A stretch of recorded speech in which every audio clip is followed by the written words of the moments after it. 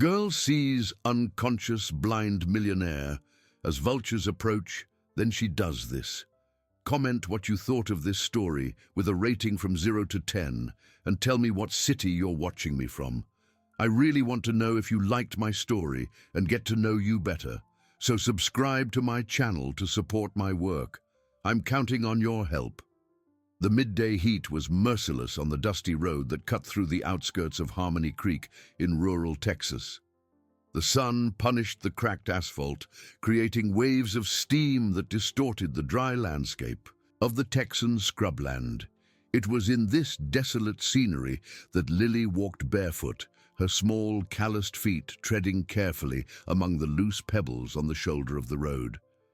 At only 4 years old, the girl had learned to survive on the streets in a way no child should ever know. Her curly hair was tangled and covered in dust. Her clothes, a faded t-shirt and mended shorts, were too big for her thin little body.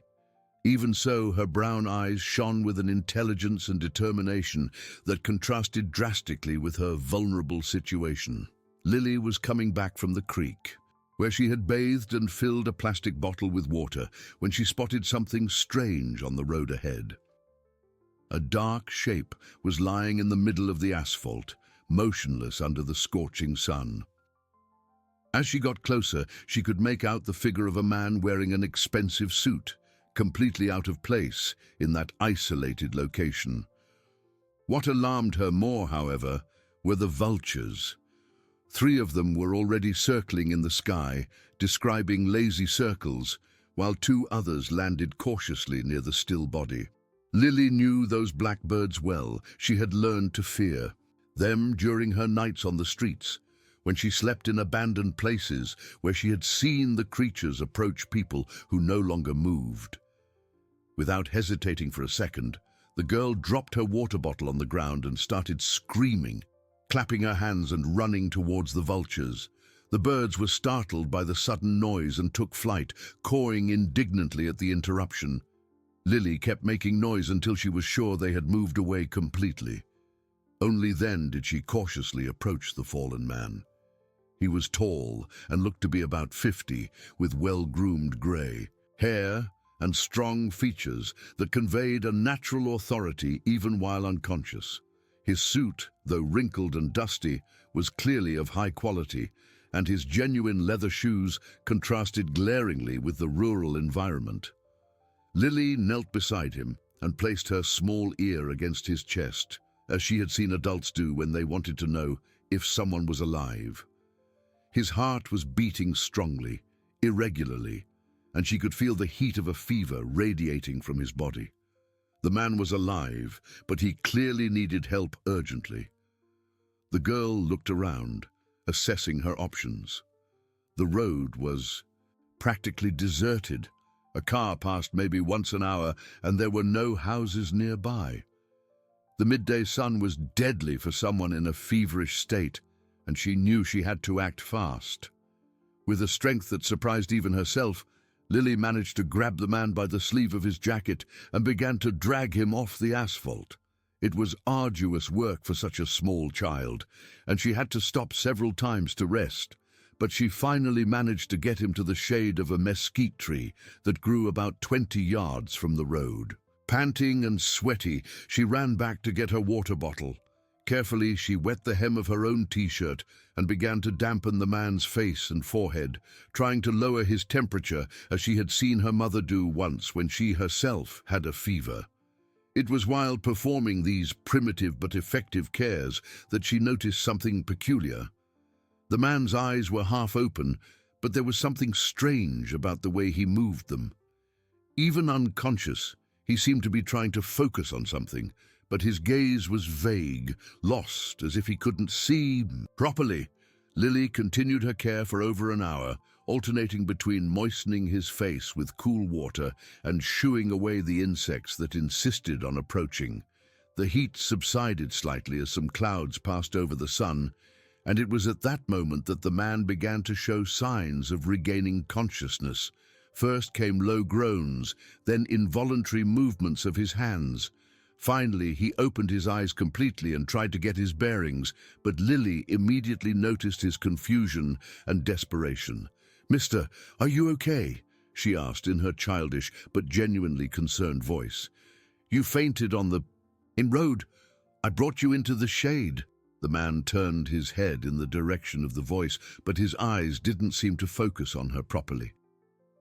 Who's there?" he asked in a hoarse, hesitant voice. "My name is Lily. I found you lying on the road and scared away the vultures that were getting close." "Vultures." His voice carried a tone of horror.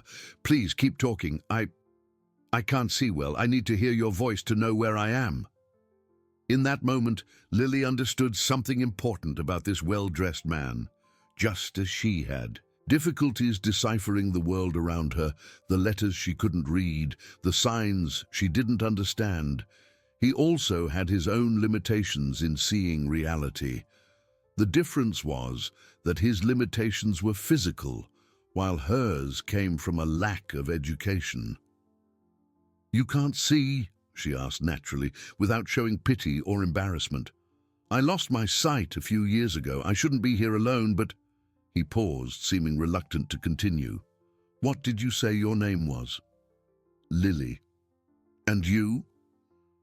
"Arthur. Arthur Vance." The name meant nothing to the 4-year-old girl, but she sensed from the way he pronounced it that it was supposed to be important. "Mr. Arthur, you were very hot. I think you had a fever. You need to drink some water." Carefully, she helped him sit up against the tree trunk and offered him the bottle. Arthur drank eagerly, and with each gulp, he seemed to regain more mental clarity. "Why are you here alone, Lily? Where are your parents?" The question touched a painful spot, but the girl answered with the brutal honesty that only children possess. "My mom left me in town a few months ago, said she was coming back, but she didn't. Now I live on the street." "On the street?" Arthur's voice carried a mixture of shock and indignation. "A child your age can't live on the street." "But I do, and it's not so bad. I find food, I sleep in safe places, I bathe in the creek, and today I helped you." Arthur was silent for a long moment, clearly processing not only his own circumstances, but also the situation of the little girl who had saved him. When he finally spoke again, there was a new determination in his voice. "Lily, you saved my life today. If it weren't for you, I—" He didn't finish the sentence, but they both understood the gravity of the situation. "I want to repay your kindness somehow. You don't have to give me anything, mister. I just did what anyone would do." "No, child. Not everyone would do what you did. You have a special heart." Arthur extended his hand in the direction of her voice. "Can you help me up? I need to find a way to get home, and I would very much like you to come with me." "With you? To your house?" "If you want. I have a big house with good food and soft beds, and most importantly, I have a feeling that we could help each other." Lily took Arthur's outstretched hand and helped him to his feet. It was just the beginning of a journey that would transform both of their lives in ways neither of them could imagine at that moment. The walk to town lasted almost 2 hours, with Lily serving as Arthur's eyes as he leaned on her small but determined shoulder. The girl described every obstacle in the path with surprising precision. "There's a big hole here on the left side. Mr. Arthur, now there's a smooth rock that might be slippery. Up ahead there's a dog sleeping in the shade, but he looks nice." Arthur was impressed with her ability to notice details that many people with perfect vision would ignore. More than that, the way she described the world around her had a natural poetry that touched something deep in his hardened soul. "The clouds are getting darker," Lily commented as they walked along the dirt road leading to the center of Harmony Creek. "They're the color of the coffee my mom used to make, real black. I think it's going to rain." "Do you miss your mom?" Arthur asked, surprised by his own curiosity about the girl's life. "Every day. But she said she had to take care of some important things and that she would come back to get me. Maybe she's just taking a little longer." The innocence in Lily's voice broke Arthur's heart. He knew from life experience that mothers who abandon 4-year-old children rarely come back, especially when those children are left to live on the streets. But he didn't have the heart to destroy the girl's hope when they finally reached the first houses on the outskirts of Harmony Creek. Arthur noticed how people reacted to Lily's presence. Some women washing clothes in their yards whispered among themselves, pointing discreetly at the girl. Children stopped playing to watch her with curiosity, while some adults gave disapproving looks. "They don't like me," Lily said softly, noticing the stares. "They think I'm dirty and that I steal food." "Do you steal?" Arthur asked without judgment.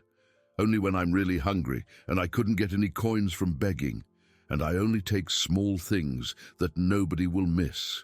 My mom always said stealing is wrong, but she also said I can't starve to death."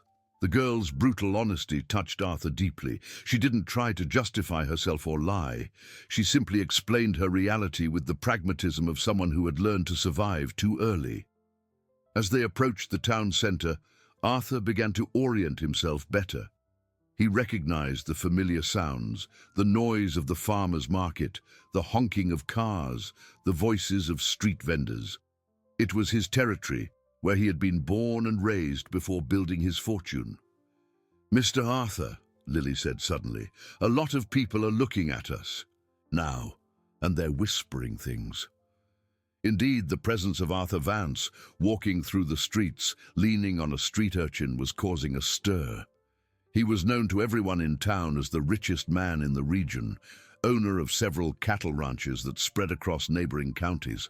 Since his accident 3 years earlier, when he lost his sight in a fall from a horse, he had become an almost mythical figure, the reclusive millionaire who never left his house.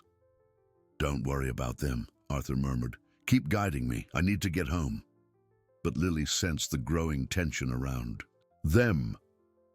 People stopped on the sidewalk to watch the unusual spectacle, and she heard fragments of conversations.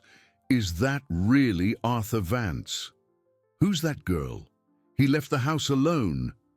It was when they were crossing the central square that a female voice shouted Arthur's name with a mixture of relief and fury. "Arthur! For God's sake, where have you been?" A woman of about 40 ran towards them, her high heels clattering on the square's pavement. It was Valerie, Arthur's sister-in-law and the widow of his younger brother, who had established herself as the administrator of his business after the accident. "Valerie," Arthur replied with a coldness that did not go unnoticed by Lily. "How did you know where to find me?" "I didn't. I've been looking for you for hours. Helen told me you had left the house without telling anyone. You know it's dangerous to go out alone." Valerie's eyes finally fixed on Lily, and her expression hardened visibly. "And who is this child?" "This is Lily. She saved me today." Arthur's voice carried a warning tone that Valerie caught immediately. "Saved you? From what exactly?" Valerie sized Lily up, noticing her tattered clothes, her bare feet, and her unkempt hair. "Arthur, this is a street urchin. She was probably trying to rob you." "I was not," Lily protested, her eyes flashing with indignation. "I helped Mr. Arthur when he fainted on the road. I scared away the vultures and gave him water." "Vultures?" Valerie looked at Arthur with an expression of feigned shock. "Arthur, you fainted. You need to go to the hospital immediately." "I don't need a hospital. I need to go home." Arthur extended his hand towards Lily. "Lily is coming with me." "That is out of the question." Valerie stepped between them. "Arthur, you can't take a street girl into our house. Think of your safety, your reputation." "My house, Valerie, not ours." The correction was subtle but loaded with meaning. "And I decide who enters it." Valerie realized she had stepped on dangerous ground, but she didn't give up easily. "Fine, fine, but at least let me call Dr. Evans to examine you when we get home. And as for the girl..." She looked at Lily with an expression that the child interpreted as very dangerous. Perhaps it's better to take her for a bath and find some suitable clothes before she enters the house. Arthur hesitated. On one hand, it made sense for Lily to get cleaned up before entering his home. On the other hand, something in Valerie's tone bothered him deeply. "I can take a bath in the creek," Lily offered, sensing the tension in the air. "I don't want to get Mr. Arthur's house dirty." "Nonsense," Arthur said firmly. "My house has proper bathrooms. Valerie, you can ask Helen to prepare a warm bath and find some appropriate clothes." "Of course," Valerie replied with a forced smile. "Helen can take care of everything." The trio walked in tense, silence to Arthur's mansion, an imposing colonial-style building that occupied almost an entire block in the affluent area of Harmony Creek. Lily had never seen such a large house, and her fascination was evident as Arthur guided her through the ornate iron gates. "Is this where you live?" she asked with genuine admiration. "It's big, like a castle." "It's too big for one person," Arthur replied, and Valerie noticed the melancholy in his voice.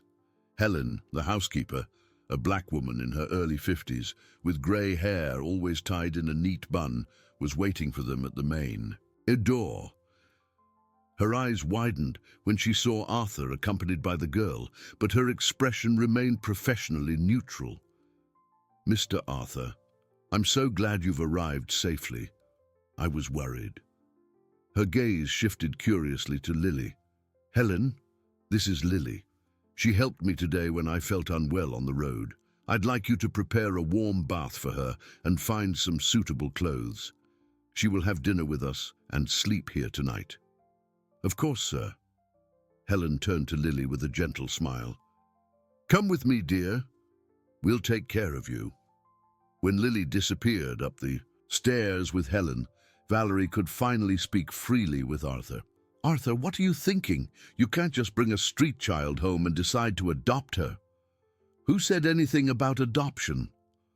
Arthur made his way to his favorite armchair in the living room, guiding himself by memory. "I just offered hospitality to someone who helped me. Please, don't treat me like an idiot. I saw how you looked at her, how you protected her from me.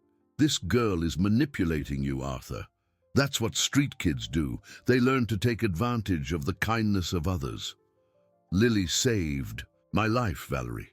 When I fainted on the road because of the medication that—" Arthur stopped abruptly, realizing he had revealed more than he intended. "What medication, Arthur?" Valerie's voice became dangerously low. "It's none of your business." "Yes, it is my business. I take care of your business, your house, your life. If you're taking medication secretly, it affects everything." Valerie sat in the chair opposite him, her voice taking on a manipulative tone she had perfected over the years. "Arthur, you're not thinking clearly. First the secret medications, now bringing a strange girl home. Maybe it's time we talk to Dr. Evans about increasing your medication for depression." "My medication is perfectly adequate." "Is it? Then why did you faint on the road? Why did you leave the house alone for the first time in 3 years? Why are you getting attached to a child you met a few hours ago?" Valerie leaned forward. "Arthur, I'm worried about you, and frankly, I'm worried about your financial decisions too." "My financial decisions are perfectly sound." "I hope so. Because tomorrow we have an important meeting with the cattle buyers from West Texas, and I need your signature on several contracts." Valerie paused calculatedly. "Unless you'd prefer I continue to manage these matters alone, as I have been." Arthur fell silent, recognizing the subtle threat in his sister-in-law's voice. Over the past 3 years, he had gradually transferred more and more responsibilities to her, trusting in her competence and dedication. Now, for the first time, he began to question if that trust was well placed. At that moment, Lily appeared at the top of the stairs, completely transformed. Helen had found a simple but suitable dress, had combed her curly hair into two charming braids, and the girl was visibly moved by her new appearance. "Mr. Arthur," she shouted, running down the stairs. "Mrs. Helen said I can wear this dress, and there are shoes too." Arthur smiled, the first genuine smile he had given in months. "I'm sure you look beautiful, Lily." "She does," confirmed Helen, who had followed the girl down the stairs. "Beautiful as a princess." Valerie watched the scene with growing discomfort, realizing how the girl's presence had completely changed Arthur's mood. For the first time in 3 years, he seemed genuinely happy, and that represented a threat she could not allow. "Well," she said with false cheerfulness, "I think I'll let you two talk. I have some important phone calls to make." She stood up, but not before casting a significant look at Helen. "Helen, after dinner, we need to talk about practical arrangements for our young guest." When Valerie left the room, Lily approached Arthur and whispered, "Mr. Arthur, that lady doesn't like me." "Why do you say that?" "She looks at me like my mom looked when she was mad at me. And she talked about practical things in a way that didn't sound good." Arthur held Lily's small hand, feeling a fierce protectiveness growing in his chest. "Don't worry, Lily. As long as you're in my house, you'll be safe." But even as he made that promise, Arthur couldn't ignore the growing feeling that Valerie was already planning something to get rid of the girl who had, in just a few hours, become the brightest light in his dark existence. Dinner at Arthur's mansion was a revealing experience for Lily. The dining room was larger than any place she had ever slept in, with a crystal chandelier that reflected the candlelight onto a mahogany table that could easily seat 12 people. Helen had prepared a hearty meal: fried chicken, mashed potatoes, cornbread, and sautéed green beans, all regional dishes that filled the house with aromas that made Lily's stomach rumble with hunger. "I've never eaten at such a big table," the girl commented, observing the multiple forks and knives arranged beside her plate. "What are so many utensils for?" Arthur smiled, remembering when he himself was a child and his mother taught him about table etiquette. "Each one has a specific function, but don't worry about that now. Use whatever is most comfortable for you."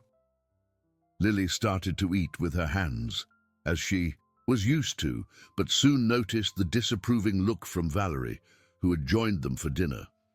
Embarrassed, she picked up a fork and tried to imitate the movements she observed in the adults. Slowly, Helen guided her gently, sitting beside her. "The food isn't going to run away." During the meal, Lily charmed Arthur with her spontaneous descriptions of the flavors.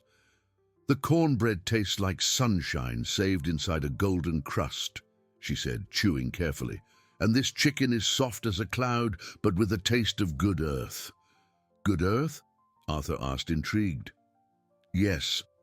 Some places the earth smells different. Near the river it smells like fish and wet plants. Near the houses it smells like food and soap. But on the farm, when the rain falls, it smells like the promise of food growing." Valerie rolled her eyes discreetly, but Arthur was fascinated by the poetic way the 4-year-old girl perceived the world. It was a perspective he had lost long ago, buried under years of business and responsibilities. After dinner, Valerie suggested they retire to the office to discuss practical matters, but Arthur refused. Instead, he asked Helen to prepare tea for everyone and settled on the back porch, where the sound of crickets and the scent of jasmine created a peaceful atmosphere. "Lily," he said, "can you tell me about your life? Where do you sleep? What do you do during the day?" The girl flinched slightly, as if the question brought her back to a reality she had momentarily forgotten. "Depends on the day. Sometimes I sleep in the square, when there are no police on patrol. Sometimes in the market, between the empty stalls. There's a man who sells fruit who sometimes lets me sleep near his stand, but only when it's not too busy. And food? I ask at houses. Sometimes I earn a few cents shining shoes in the square. The people at the butcher shop sometimes give me some bones with meat they were going to throw away. And there's a lady who sells bread who always saves some broken pieces for me. Arthur's heart ached. The life Lily described was one of a hardship he had never experienced, even in the difficult times of his youth. And you're not afraid? A small child alone on the street? I am scared, especially at night when there are drunk people walking around. But I've learned to hide well, and I know all the safe places in town. She paused, biting her lip. What I'm most afraid of is forgetting my mom. Sometimes I wake up and can't remember her face properly, and then I get really scared that she'll come back and not recognize me. Valerie, who had remained silent throughout the conversation, finally spoke up. Lily, how long has it been since your mother left you? I can't really count time, but it was when the leaves on the trees were turning yellow, and now they're green again. So it's been about 6 months, Valerie calculated, exchanging a significant look with Arthur. Child, after all this time, don't you think? Valerie, Arthur interrupted firmly, that's enough. But Lily had caught the insinuation. You think my mom isn't coming back? A heavy silence fell over the porch. Valerie was preparing to answer when Arthur spoke first. Lily, the truth is, we don't know what happened to your mom. But what we do know is that now you are here, safe and cared for. For how long? The question came out in a whisper, loaded with all the vulnerability of a child who had learned too early that nothing in life is permanent. For as long as necessary, Arthur replied to Valerie's evident horror.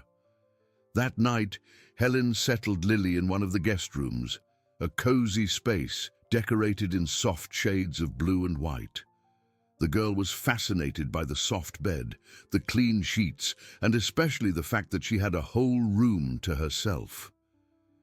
Helen, she said as the housekeeper helped her into a pair of pajamas she had found in a closet. Why is Mr. Arthur so sad? The question caught Helen off guard. What makes you think he's sad? His voice. Even when he's laughing, there's something that sounds hurt underneath. And he doesn't eat right. I noticed at dinner. My mom used to get like that when she was worried about something.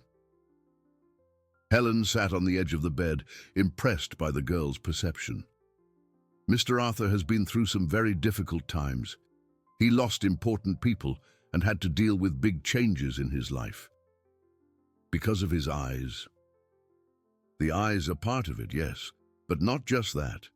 Helen hesitated, then decided to continue.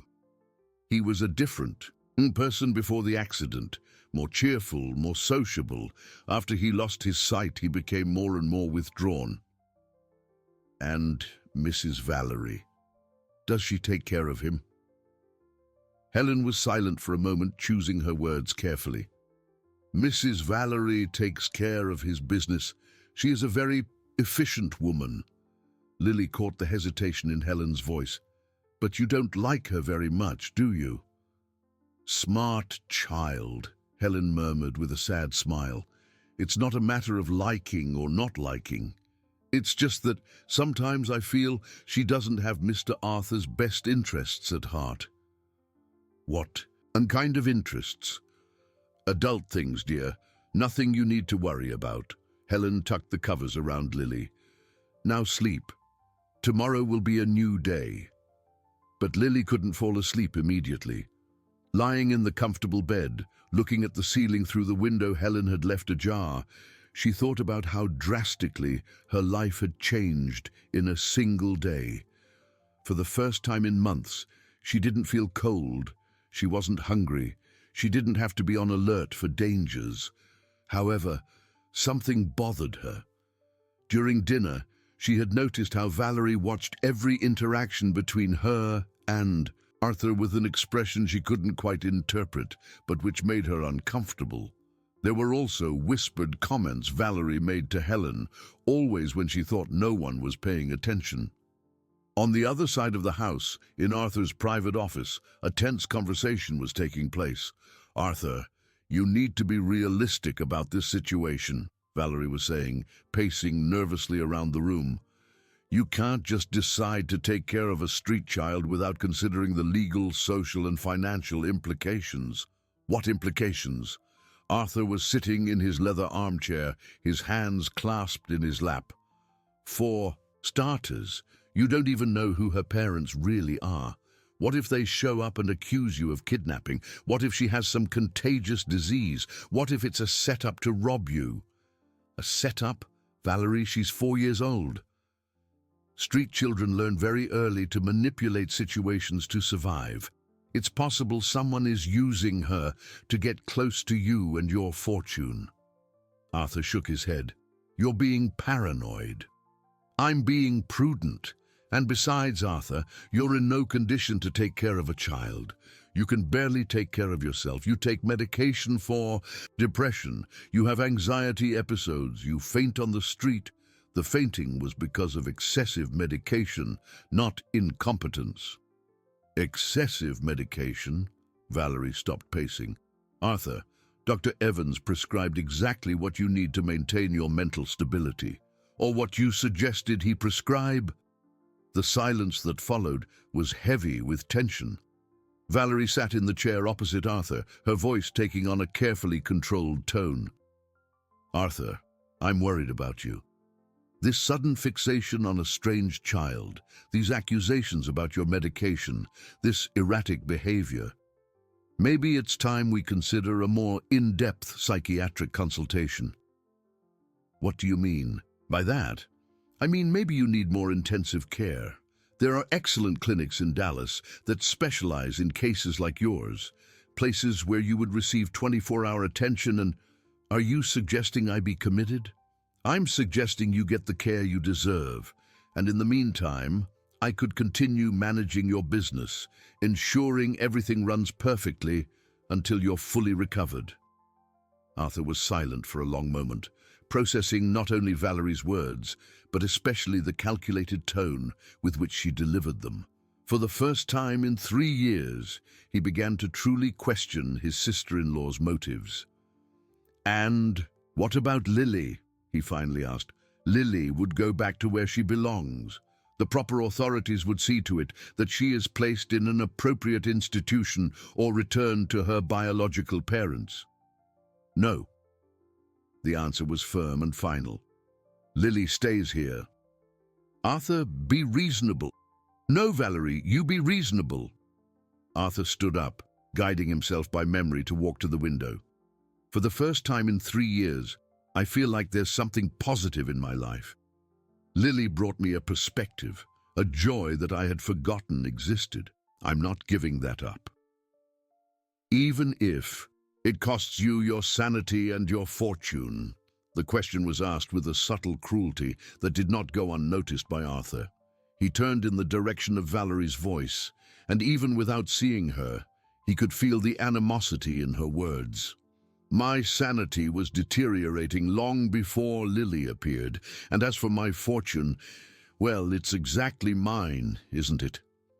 Valerie stood up abruptly. "Fine, Arthur. I see you're determined to proceed with this madness, but when the consequences appear, and they will, remember that I tried to protect you." After Valerie's dramatic exit, Arthur remained alone in his office for a long time, reflecting on the conversation.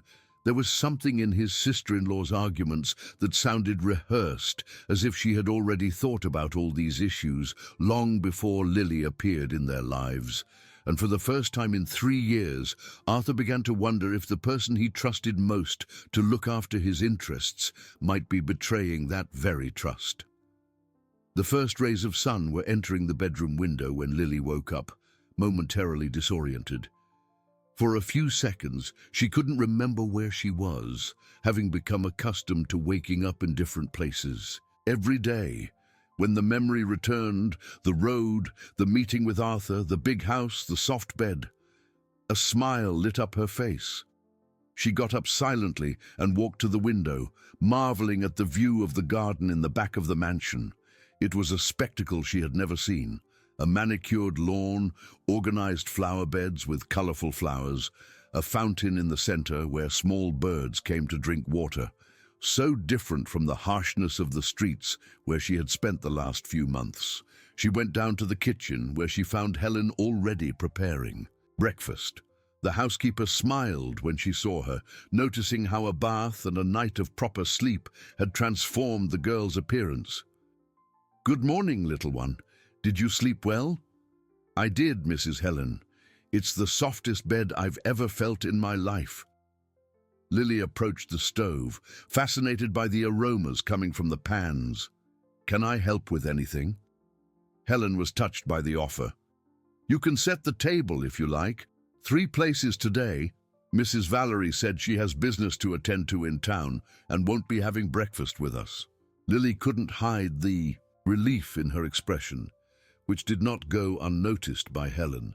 As she carefully arranged the plates and cutlery, the girl asked, "Mrs. Helen, why doesn't Mrs. Valerie like me?" "What makes you think that?"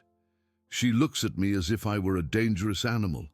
And last night, when she thought I was sleeping, I heard her talking to someone on the phone about solving the child problem." Helen stopped stirring the cornmeal porridge and looked seriously at Lily. "Are you sure you heard that?" "I am. I got up to get a drink of water and passed by the office. She was talking quietly, but I hear well." Lily hesitated. "Mrs. Helen, did I do something wrong? Why does she want to get rid of me?" Helen sighed, choosing her words carefully. "Child, you've done nothing wrong. It's just that some people don't like it when things change too quickly, and your arrival has changed a lot in this house." "Changed how?" "Mr. Arthur has been different since yesterday. More lively, more alive. It's been a long time since I've seen him like this." At that moment, Arthur appeared in the kitchen, navigating with the dexterity of someone who knew every inch of the house. "Good morning, ladies. What's that delicious smell?" "Cornmeal porridge with cinnamon, just the way you like it," Helen replied, serving a steaming bowl. "And scrambled eggs with cheddar cheese," Lily added proudly. "I cracked the eggs. Mrs. Helen said I did it just right." Arthur smiled, sitting at the table. "And how was your first night in a real bed?" "It was wonderful, and this morning I saw the garden from the window. It's beautiful, Mr. Arthur. There are birds of all colors drinking water from the fountain." "Tell me about the birds," Arthur requested, genuinely interested. Lily perked up, describing in detail the different species she had observed: yellow and black finches, bright blue jays, mockingbirds that sang complex melodies. Her ability to observe and the poetic way she described each detail charmed Arthur. "And there's a tiny little bird, all green with a red crest, that fights with the others to drink water first. It's very funny." "That must be a ruby-throated hummingbird," Arthur said. "They are territorial. When I was a child and could still see, I would spend hours watching the birds in the garden." "Did you have birds when you were a child?" "I did. My father installed several bird feeders and baths throughout the garden. He used to say that a house without birds was a house without a soul." Lily was quiet for a moment, processing this information. "Mr. Arthur, do you miss seeing things?" The direct question might have sounded insensitive coming from an adult, but in Lily's innocent voice, it carried only genuine curiosity. Arthur carefully considered his answer. "I do, especially seeing colors, people's faces, the sunset, but I've discovered that there are other ways to see, through sounds, smells, textures." He paused. "And especially through the descriptions of special people like you." Breakfast passed in a relaxed and happy atmosphere, but it was interrupted when Valerie returned earlier than expected, accompanied by an unknown man. "Arthur," she announced with false cheerfulness, "I brought someone to meet you. This is Dr. Evans, who would like to talk to you." Dr. Evans was a thin, middle-aged man with small glasses and a perpetually worried expression. He greeted Arthur formally and cast a curious glance at Lily. "Arthur, Valerie told me about your adventures yesterday. How are you feeling?" "I'm fine, thank you." "Valerie mentioned that you fainted on the road. This is very concerning, considering your current medication." Lily immediately sensed the tension that settled in the kitchen. Helen stopped washing the dishes. Arthur stiffened in his chair, and Valerie assumed an expression of false concern. "Dr. Evans," Arthur said in a controlled voice, "my medication is adequate." "Well, that's what we need to evaluate. Valerie is worried that you might be, how to put it, not making rational decisions lately." "What kind of decisions?" Dr. Evans looked significantly at Lily. "Well, impulsive decisions about people you've just met, for example." Lily's heart raced, understanding that she was being discussed as if she were a problematic object. She looked at Arthur, waiting for him to defend her. "Dr. Evans," Arthur said firmly, "my decisions about who enters my house are perfectly rational." "Arthur, you brought a street child into your home without knowing anything about her, without knowing if she has a family, if she has diseases, if—" Dr. Evans stopped talking when he noticed the furious look Lily was giving him. "I don't have diseases," the girl protested, "and I helped Mr. Arthur when he needed it." "No one is questioning your good intentions, child," Dr. Evans said condescendingly, "but adults sometimes have to make difficult decisions about what's best for everyone." "And what do you consider would be best, Dr. Evans?" Arthur asked with a coldness that made the doctor swallow hard. "Well, I think the child should be handed over to the proper authorities, and you should consider adjusting your medication to avoid further episodes of compromised judgment." At that moment, Lily stood up abruptly from the table. "I don't want to go to the authorities. I want to stay with Mr. Arthur." "Child, you don't understand," Valerie began. "I do understand. You want to send me away because you think I'm causing trouble." Tears began to stream down Lily's face. "But I'm not causing trouble. I take care of Mr. Arthur. I describe things to him. Lily," Arthur said softly, extending his hand towards her. "Come here." The girl ran to him, and Arthur pulled her onto his lap, hugging her protectively. "Dr. Evans, Valerie, listen carefully to what I'm about to say." His voice was low, but charged with authority. "Lily will stay in this house for as long as she wants. My medication will not be changed without my consent, and my judgment is perfectly clear." "Arthur, you're making a mistake," Valerie insisted. "From a legal standpoint..." "From a legal standpoint, this is my house. These are my decisions, and this matter is closed." Dr. Evans exchanged a significant look with Valerie. "Very well, Arthur, but I would like to state for the record that I consider this decision concerning, and I will be making some notes in your medical file." "Make whatever notes you wish."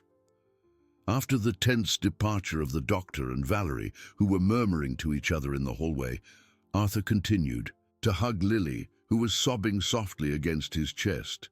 "Mr. Arthur, are they going to be able to send me away? Not as long as I have anything to say about it. But what if they say you're sick in the head? What if they take you away too?" The question hit Arthur hard, because it was exactly what he was beginning to fear. For the first time, he realized that Valerie and Dr. Evans might be orchestrating something more elaborate to remove him from his own decisions. "Lily, listen to me carefully," he said, pushing her away slightly, to look in her direction. "If anything happens to me, if they try to take me somewhere, I want you to find Helen. She will take care of you."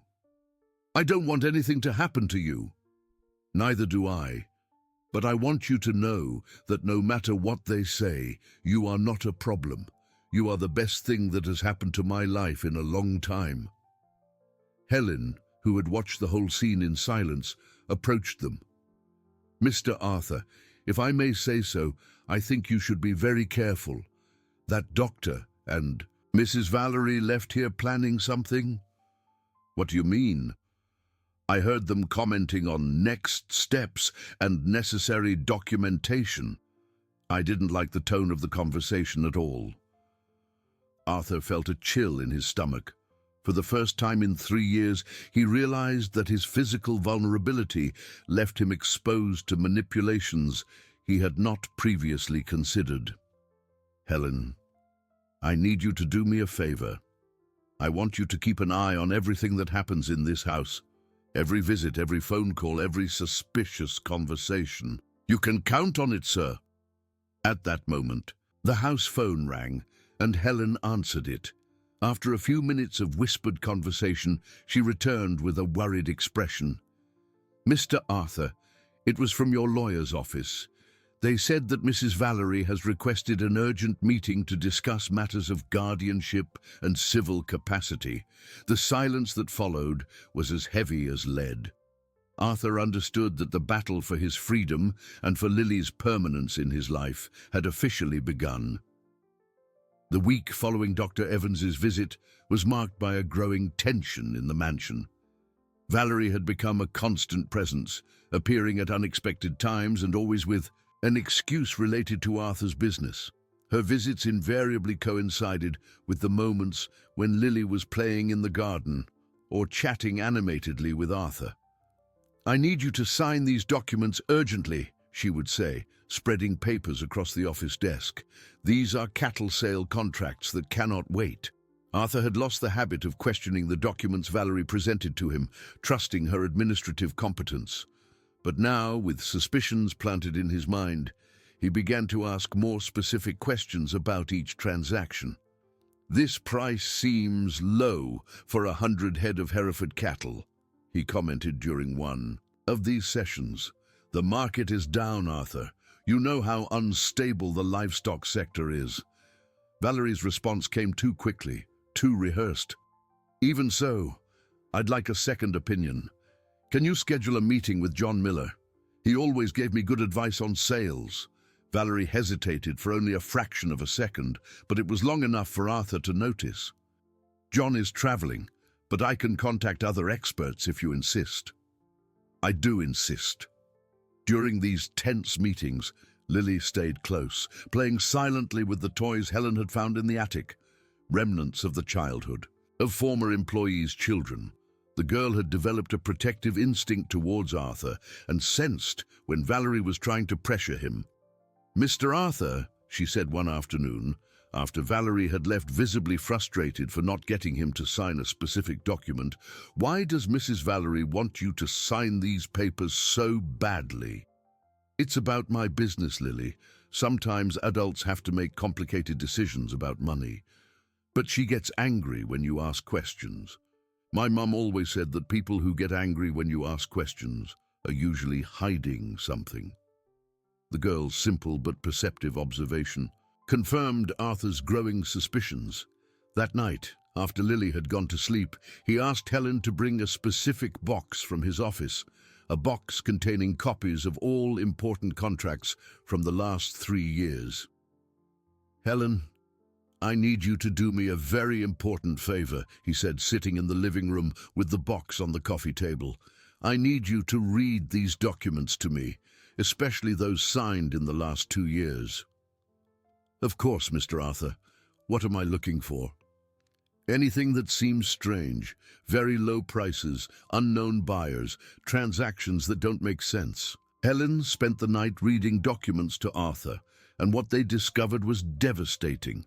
There was a series of cattle sales at prices significantly below market value, all to a company called New Frontier Agribusiness, a name Arthur didn't recognize.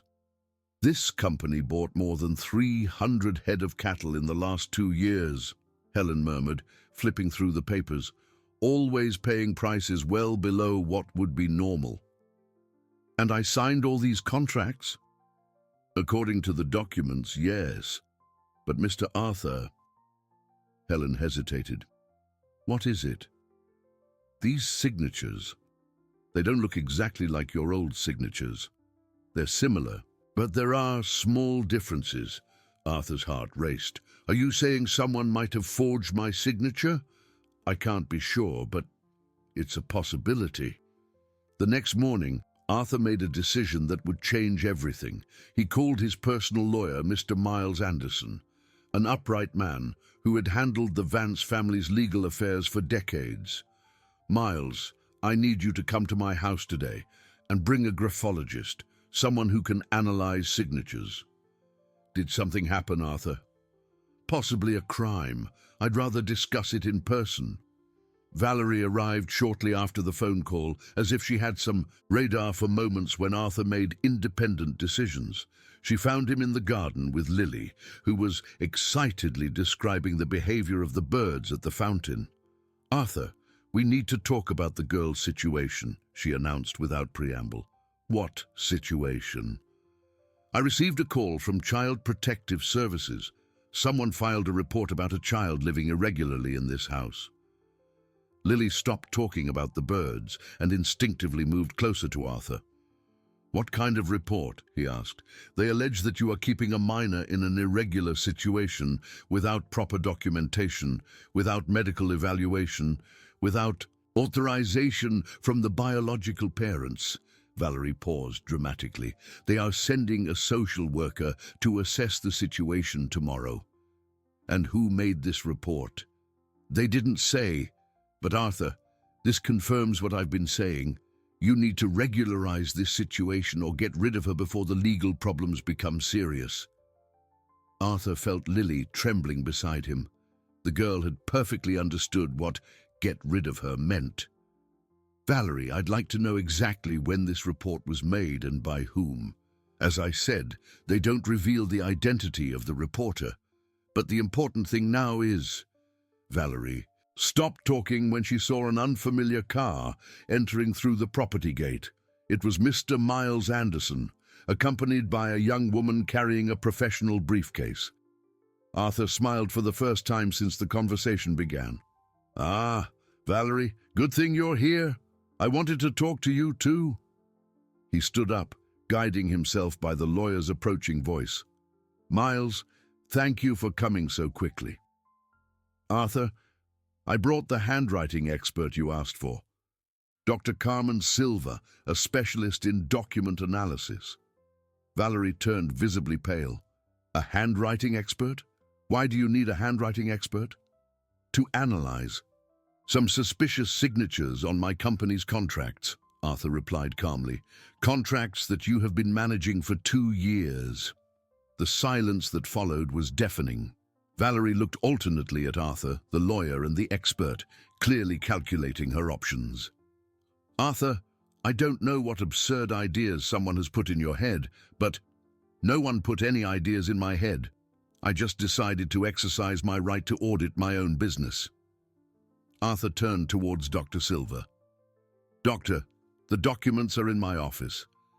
If you could begin the analysis..." "Of course. I'll need samples of Mr. Vance's authentic signature for comparison. I have old documents that can serve as a baseline." As they headed to the office, Valerie followed them, trying to maintain her composure, but visibly nervous. "Arthur, this is a waste of time and money. If there are any discrepancies in the documents, I can explain..." "Great. Then you can explain to Dr. Silva, too." In the office, the expert began her meticulous work, comparing signatures with a specialized magnifying glass and making detailed notes. Mr. Anderson examined the contracts with professional attention, asking specific questions about dates and values. "Valerie," he said after a few minutes, "can you explain to me why all these contracts with New Frontier Agribusiness have prices so far below market value?" "As I explained to Arthur, the market is unstable. But other contracts from the same period, with different buyers, show normal market values," the lawyer interrupted. "Only the contracts with this specific company have low values." Valerie was now visibly sweating. Maybe they offered bulk purchases." "Dr. Silva," Mr. Anderson interrupted, "what is your preliminary assessment of the signatures?" The expert looked up from her magnifying glass. "There are clear discrepancies. The signatures on the more recent documents, show tremors characteristic of imitation and differences in pen pressure that suggest forgery. Valerie stood up abruptly. This is ridiculous. These are serious, unfounded accusations. They are technical observations based on physical evidence, Dr. Silver corrected coldly. At that moment, Lily appeared at the office door, having followed the group out of curiosity. "Mr. Arthur, can I come in?" "Of course, Lily." The girl entered and immediately sensed the tension in the room. Her eyes fixed on Valerie, who was visibly agitated. "Mrs. Valerie, are you okay? You're all red." "I'm fine," Valerie replied through gritted teeth. "It's just that when my mom got like that, all red and nervous, it was because she was scared of something, or because she had done something wrong." Lily's innocent observation was like a bomb in the already tense environment. Valerie looked at the girl with poorly disguised fury. "This child shouldn't be here during a business conversation. This child," Arthur said firmly, "is in my house and can be wherever she wants." Mr. Anderson watched the dynamic with professional interest. "Arthur, based on what I'm seeing here, I recommend we conduct a full audit of all your business dealings from the last 3 years, and I also suggest we consider involving the police." "No," Valerie exclaimed, completely losing her composure. "I mean, it's not necessary to involve the police over minor administrative discrepancies."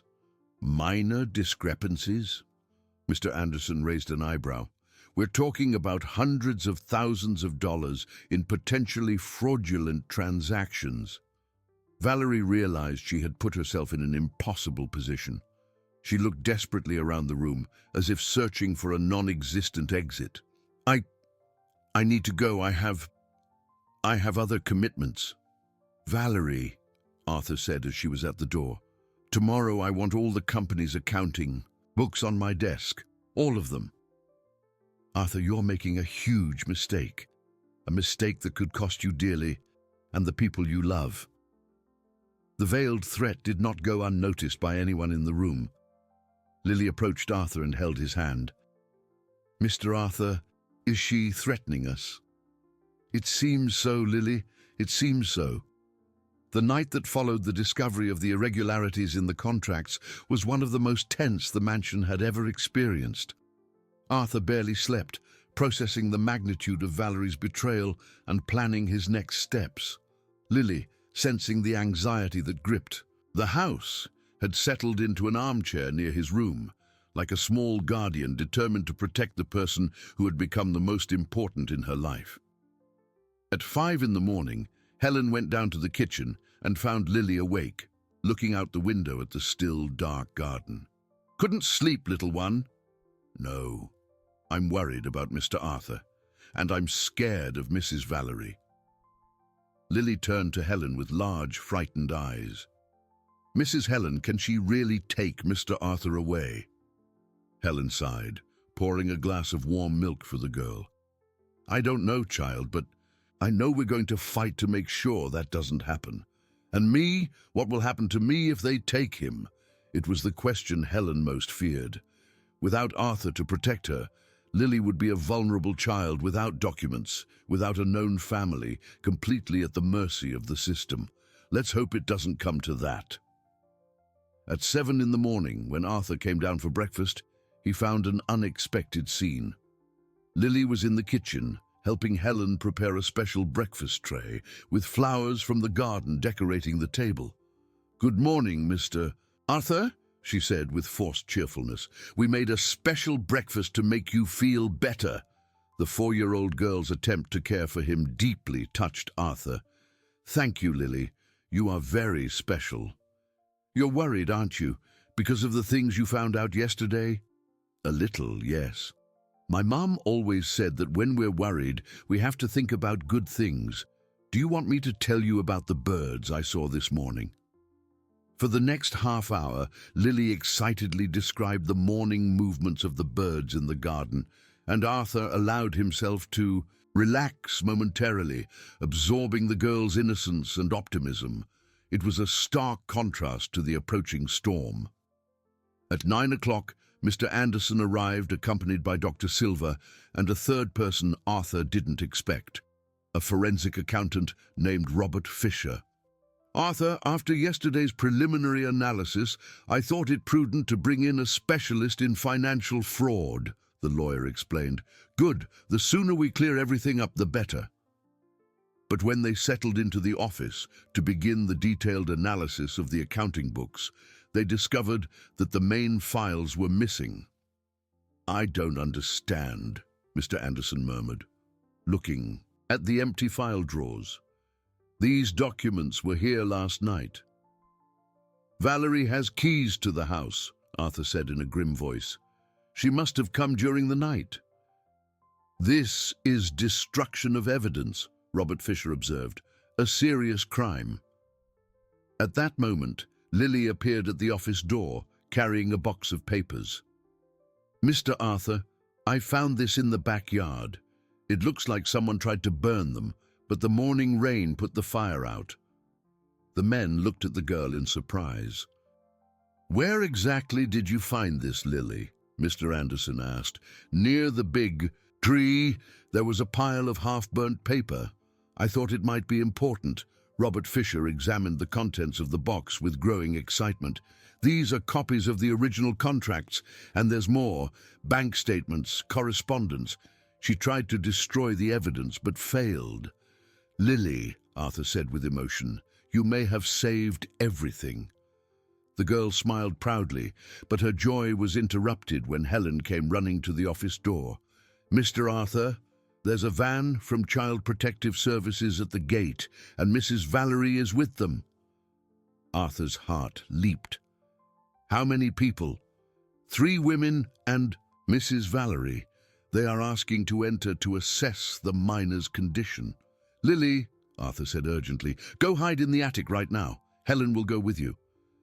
"But Mr. Arthur, go please, it's very important." Lily reluctantly obeyed, following Helen up the service stairs that led to the attic. Mr. Anderson took control of the situation. "Arthur, I will receive them as your legal representative. You don't need to say anything." The 3 social workers who entered the house had a clear mission: to assess whether Lily was in a suitable situation or should be removed immediately. Valerie accompanied them with an expression of false concern. "Ms. Jacobs," said the leader of the group, a stern, middle-aged woman, "we received a serious report about a miner living irregularly in this residence." "And what would be the exact nature of the complaint?" Mr. Anderson asked. "It is alleged that a man with mental health issues is keeping a street child without proper documentation, without medical supervision, in potentially dangerous conditions." "May I see the official documentation for this report?" The social worker hesitated. "The report was made by phone, but we have the authority to investigate any situation involving minors at risk." Valerie stepped forward. "My brother-in-law suffers from severe depression and has been making irrational decisions lately. This child appeared out of nowhere, and he has become fixated on her in an unhealthy way." "That's a lie!" Arthur exploded, unable to contain himself. "Lily helped me when I was in danger, and now she is under my protection." "Mr. Vance," said the social worker, "where is the child now?" She was playing in the garden a little while ago," Arthur lied. "We would like to see her to assess her physical and emotional state." It was then that one of the other social workers, who had separated from the group to explore the house, shouted from the upper floor, "I found her! She's hiding in the attic!"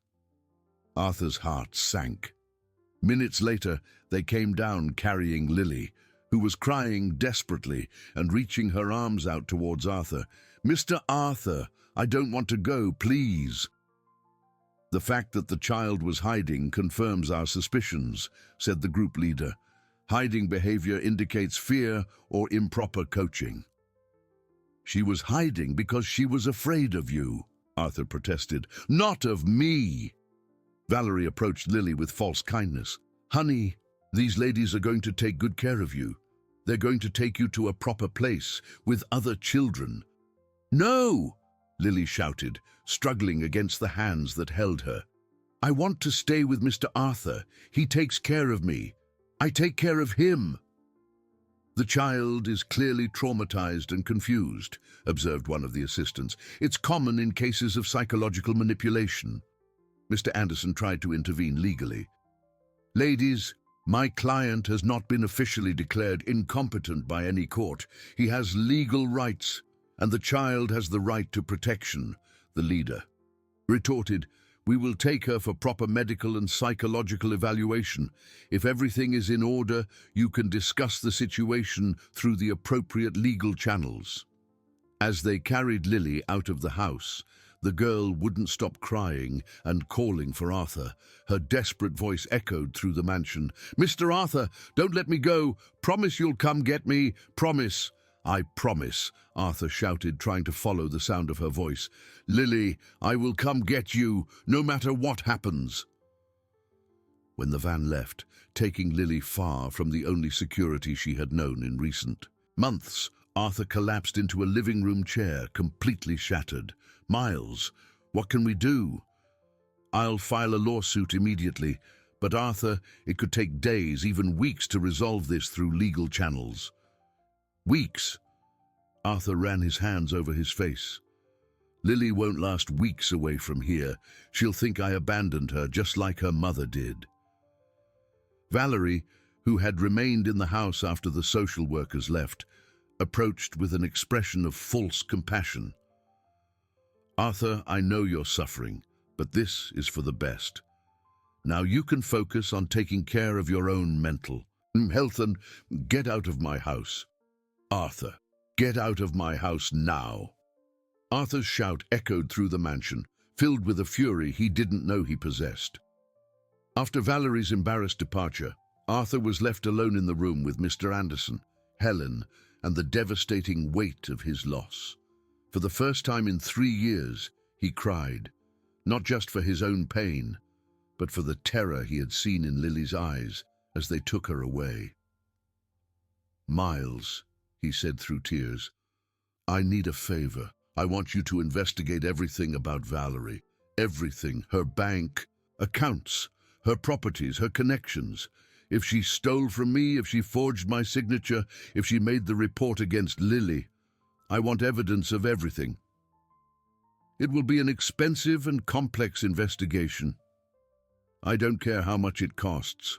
I want my life back, and most importantly, I want Lily back." That night, alone in his mansion that suddenly seemed empty and lifeless, Arthur made a decision that would change everything. He would not wait for legal channels. He would not rely solely on lawyers. He himself would fight for Lily, using every resource at his disposal.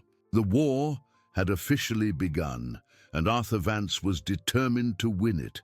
The shelter where Lily was taken was in the neighboring town of Cedar Ridge, 25 miles from Harmony Creek.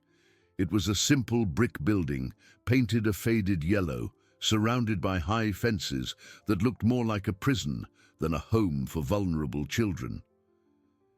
The director, Mrs. Celia, was a 60-year-old woman who had run the place for 2 decades with military efficiency but little compassion.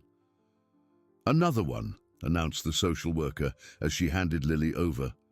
"Irregular situation, no documentation, removed from an unsuitable environment." Lily clutched the dress Helen had given her, her eyes red from crying so much during the trip.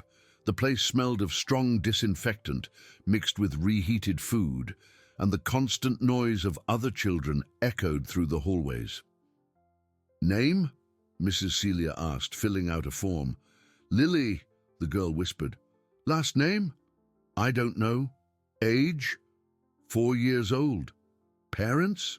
"My mom left, and I have a heart dad, Mr. Arthur, but the ladies wouldn't let him come with me." The tears started to flow again down her small face. "This is no place for fantasies," Mrs. Celia said dryly. "You will sleep in the little one's dormitory, eat at the designated times, follow the rules. No tantrums, no crying, no made-up stories." Lily was taken to a dormitory with 12 iron beds lined up, where other children watched her with a mixture of curiosity and indifference. Most were between 3 and 8 years old, all with that empty look of those who had learned too early not to expect anything from life. "You're new," said a girl of about 6 with very short hair. "I'm Jana. How long will it take your family to come get you?" "I don't." "No," Lily replied, sitting on the bed assigned to her, "but Mr. Arthur promised he would come get me." "Everyone here was promised they would be picked up," said another older boy. "Some have been waiting for 2 years." During the first few days at the shelter, Lily refused to eat properly, stayed up at night waiting to hear Arthur's voice, and constantly asked when she could go home. The staff interpreted this behavior as a difficult adjustment period and tightened the rules for her. Meanwhile, in Harmony Creek, Arthur was living his own moments of despair. He woke up every morning expecting to hear Lily's voice describing the garden birds, and the reality of her absence hit him like a punch to the stomach. "Miles," he said during a desperate call, "it's been a week. How is the case progressing?" "Arthur, these things take time. I'm working on multiple fronts, contesting the removal, investigating the irregularities of the report, and compiling evidence of Valerie's fraud." "And what have you found out about her?" "Disturbing things. New Frontier Agribusiness is a shell company registered in the name of the husband of one of Valerie's cousins. All the fraudulent contracts funneled money to this company, which then transferred the funds to Valerie's personal accounts." "How much money are we talking about?" "Preliminarily, over $200,000 in the last 2 years. The magnitude of the betrayal made Arthur nauseous. And the report against Lily. It was also made by Valerie, using a public phone to avoid being traced. I have a witness who saw her making the call." "So we have enough evidence to destroy her?" "Yes, but the problem is that the damage has already been done. Lily is in the system now, and removing a child is easier than returning one." That afternoon, Arthur received an unexpected visit. It was Helen, carrying a basket and with a determined expression on her face. "Mr. Arthur, I'm going to visit the girl." "Do they allow visits?" "I don't know, but I'm going to find out. And you're coming with me." "Helen, I can't just show up there." "Yes, you can. As a prospective adoptive parent, it's your right to meet the child before starting the formal process." The idea was risky, but Arthur was desperate enough to try anything. 2 hours later, he was sitting in the passenger seat of Helen's car, heading to Cedar Ridge with his heart pounding. The shelter was worse than he had imagined. Even without seeing, he could feel the institutional coldness of the place from the sounds echoing through the corridors, the smell of excessive disinfectant, the abrupt way the staff spoke to the children. "Which child do you want to meet specifically?" asked the on-duty staff member when Arthur explained he was interested in adoption. "The girl who arrived last week. Lily." "Oh, that one's trouble. Won't stop crying, doesn't eat right, keeps making up stories about a heart dad who's coming to get her." "We'd like to meet her anyway," Helen said firmly. Lily was brought to the visiting room a few minutes later, and her condition broke Arthur's heart. Even without seeing her, he could hear that she had lost weight from the way her voice sounded weaker, more distant. "Mr. Arthur," she whispered, hardly believing it. "Is it really you?" "It's me, Lily. I came to see you." The girl ran to him and threw herself into his arms, crying as if the world was about to end. "I knew you would come. I told everyone you would come get me." I'm here," he murmured, holding her tight. "How are you? Are they taking good care of you?" "I don't like it here, Mr. Arthur. The food has no taste, the aunts are mean, and there are no birds for me to see. Only grey pigeons fighting in the yard." "Soon you'll be back home and you'll see all your colourful little birds again. Promise?" "I promise." The staff member supervising the visit interrupted the moment. "Just 5 more minutes. It's the children's snack time." "Lily," Arthur said urgently. "I need you to be strong for a little longer. I'm sorting out some problems so I can take you home, but it will take a few more days." "What kind of problems?" "Grown-up problems. But don't give up on me, okay? Keep waiting, keep believing. I will come for you." "Mr. Arthur, what if they say you can't adopt me? What if they send me far away from Harmony Creek?" The question terrified Arthur because it was exactly what he feared. "That won't happen." "But what if it does?" Arthur held Lily's small face between his hands. "Then I will find you, no matter where you are. It could be on the other side of the country. It could take years, but I will find you. This is my most serious promise." When it was time to leave, Lily clung to Arthur with desperation. "Don't go, please, take me with you." "I can't right now, but soon, very soon I'll be able to." "Mr. Arthur, when I grow up, can I be your real daughter?" The question shattered what was left of Arthur's composure. "Lily, you already are my real daughter. It doesn't matter what the papers say. It doesn't matter what people say. You are my daughter of the heart forever." The journey back to Harmony Creek was made in silence, both lost in their own painful thoughts. When they arrived at the mansion, Arthur went immediately to his office and called Mr. Anderson. "Miles, I need you to speed everything up. I can't stand to see Lily in that place anymore." "Arthur, I have news that might change everything. I got a court order to examine all of Valerie's bank accounts from the last 3 years, and I discovered something she didn't expect us to find." "What?" "She not only stole money from you, she also diverted funds from an NGO she managed, resources intended for the very shelter where Lily is now." "What do you mean?" "Valerie was the treasurer of an organization that raised money for improvements in children's shelters in the region. She embezzled more than $50,000 that should have gone to renovations, equipment, and better food for the children." The irony of the situation struck Arthur like a lightning bolt. She stole money meant to care for children like Lily. Exactly. And that changes everything. I can use this information to question the integrity of the person who made the original complaint against you. What does that mean in practice? It means that by tomorrow night, Valerie will be in jail for embezzlement and document forgery, and the complaint against you will be considered suspicious. And Lily?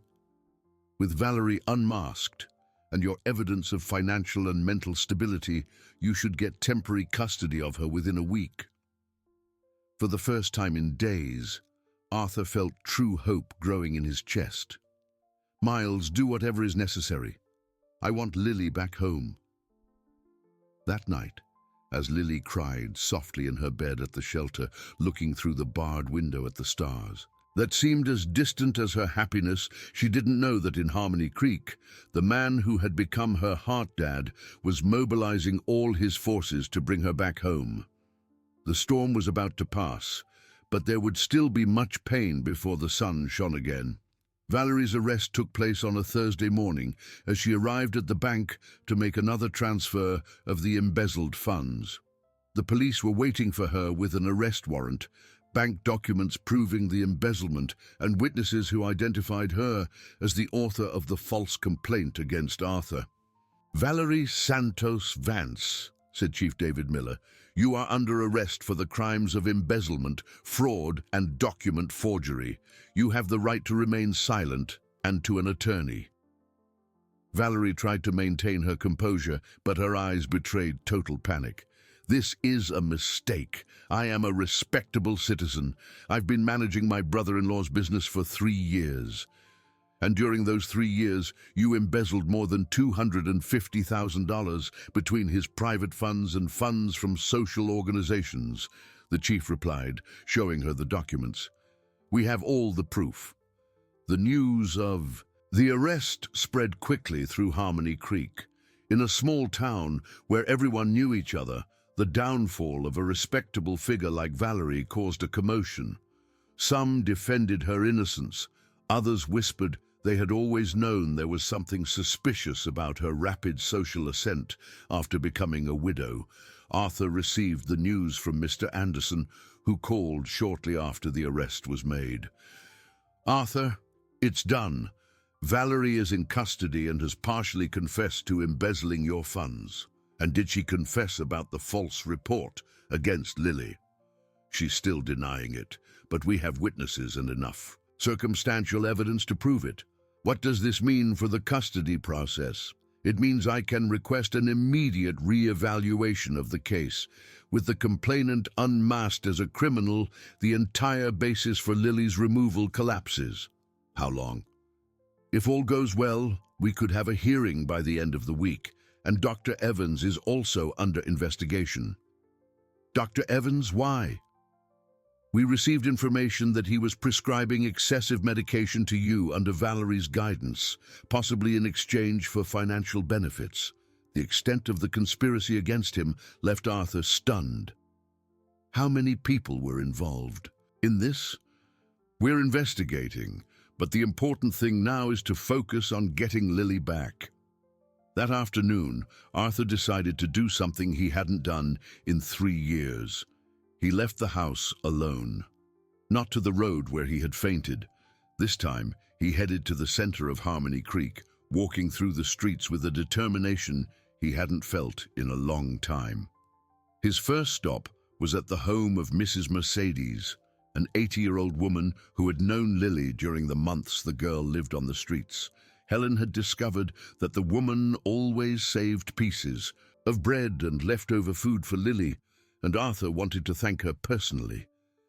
"Mr. Arthur," exclaimed Mrs. Mercedes when she recognized his voice, "what an honor to have you in my humble home. How is our little Lily?" "She's far from home, Mrs. Mercedes, but I'm fighting to bring her back. That girl is an angel. In the worst days of winter when she was cold and hungry, she still helped me carry my grocery bags. A child with a heart of gold." "Can you tell me more about what her life was like before I met her?" Mrs. Mercedes served coffee and told stories that broke Arthur's heart.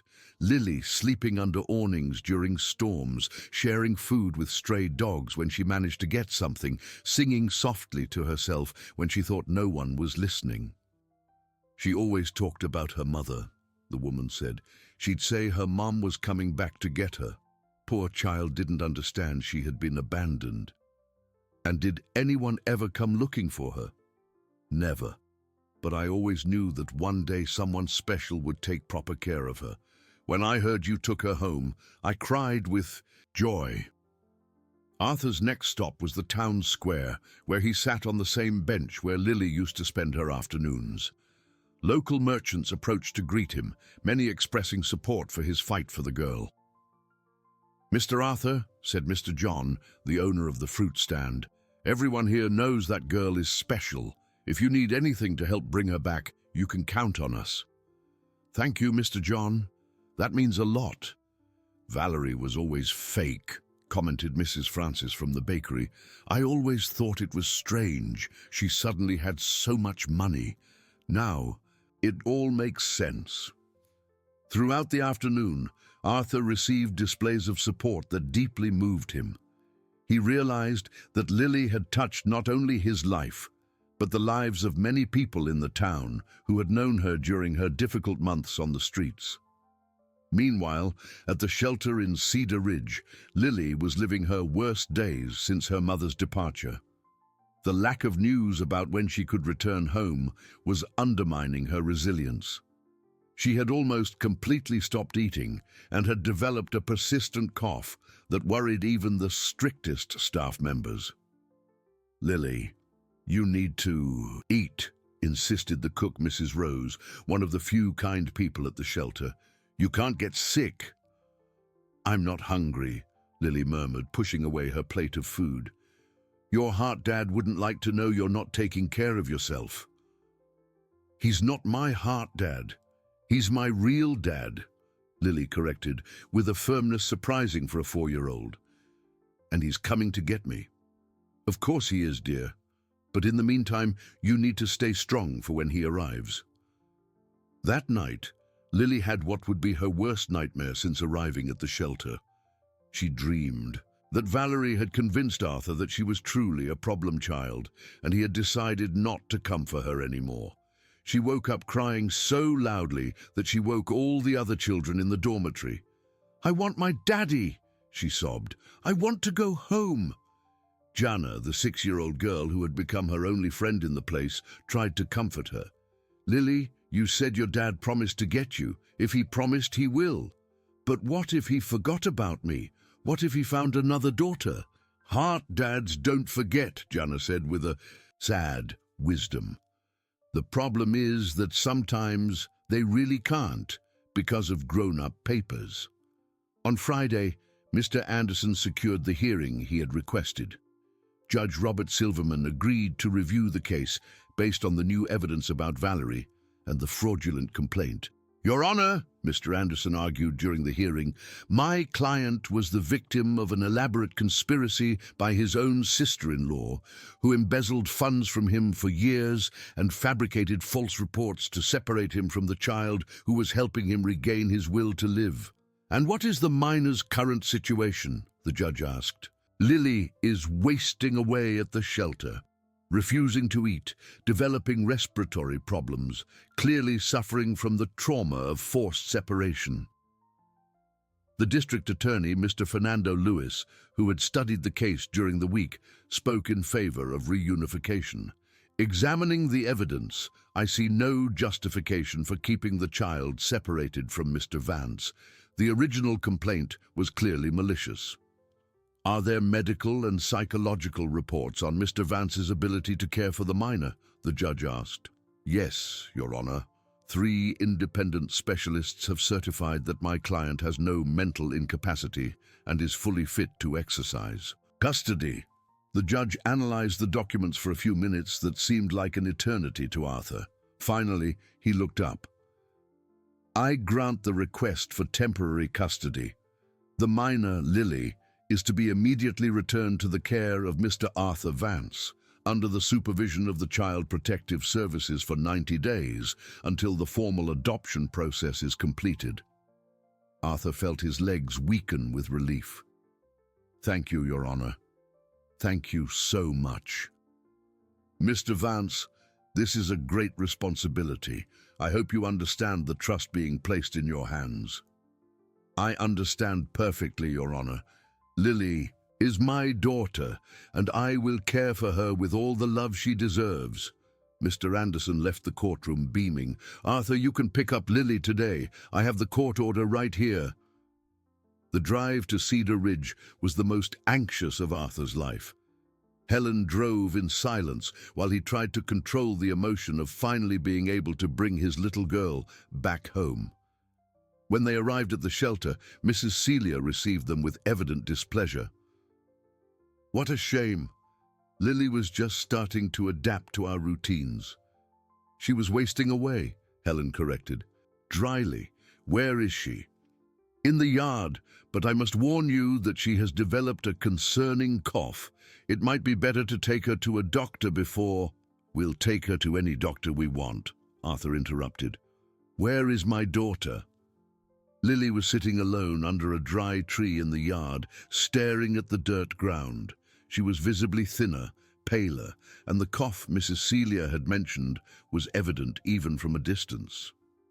"Lily," Arthur called softly. The girl slowly looked up, as if she couldn't believe what she was hearing. When she recognized the voice, her face lit up with a joy that both broke and mended Arthur's heart. "Daddy Arthur!" she shouted, running into his arms. "You came for me! I knew it! I knew it!" "I came to get you and never leave your side again," he murmured, hugging her as if she were the most precious thing in the world. "Let's go home, my daughter.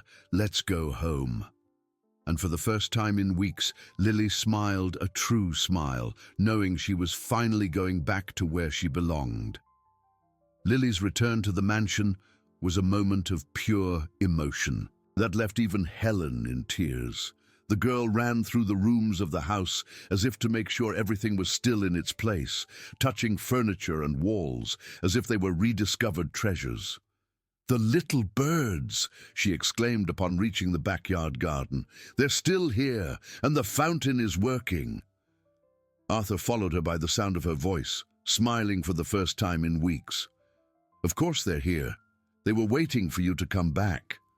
And my room, is my bed still there? Everything is exactly as you left it." But the joy of the reunion was quickly tempered by the reality of Lily's health. The cough that had started at the shelter had worsened. She had lost significant weight, and she had developed a melancholy that deeply worried Arthur. "Dr. Henry," Arthur said to the pediatrician he had called to examine Lily, "how is she?"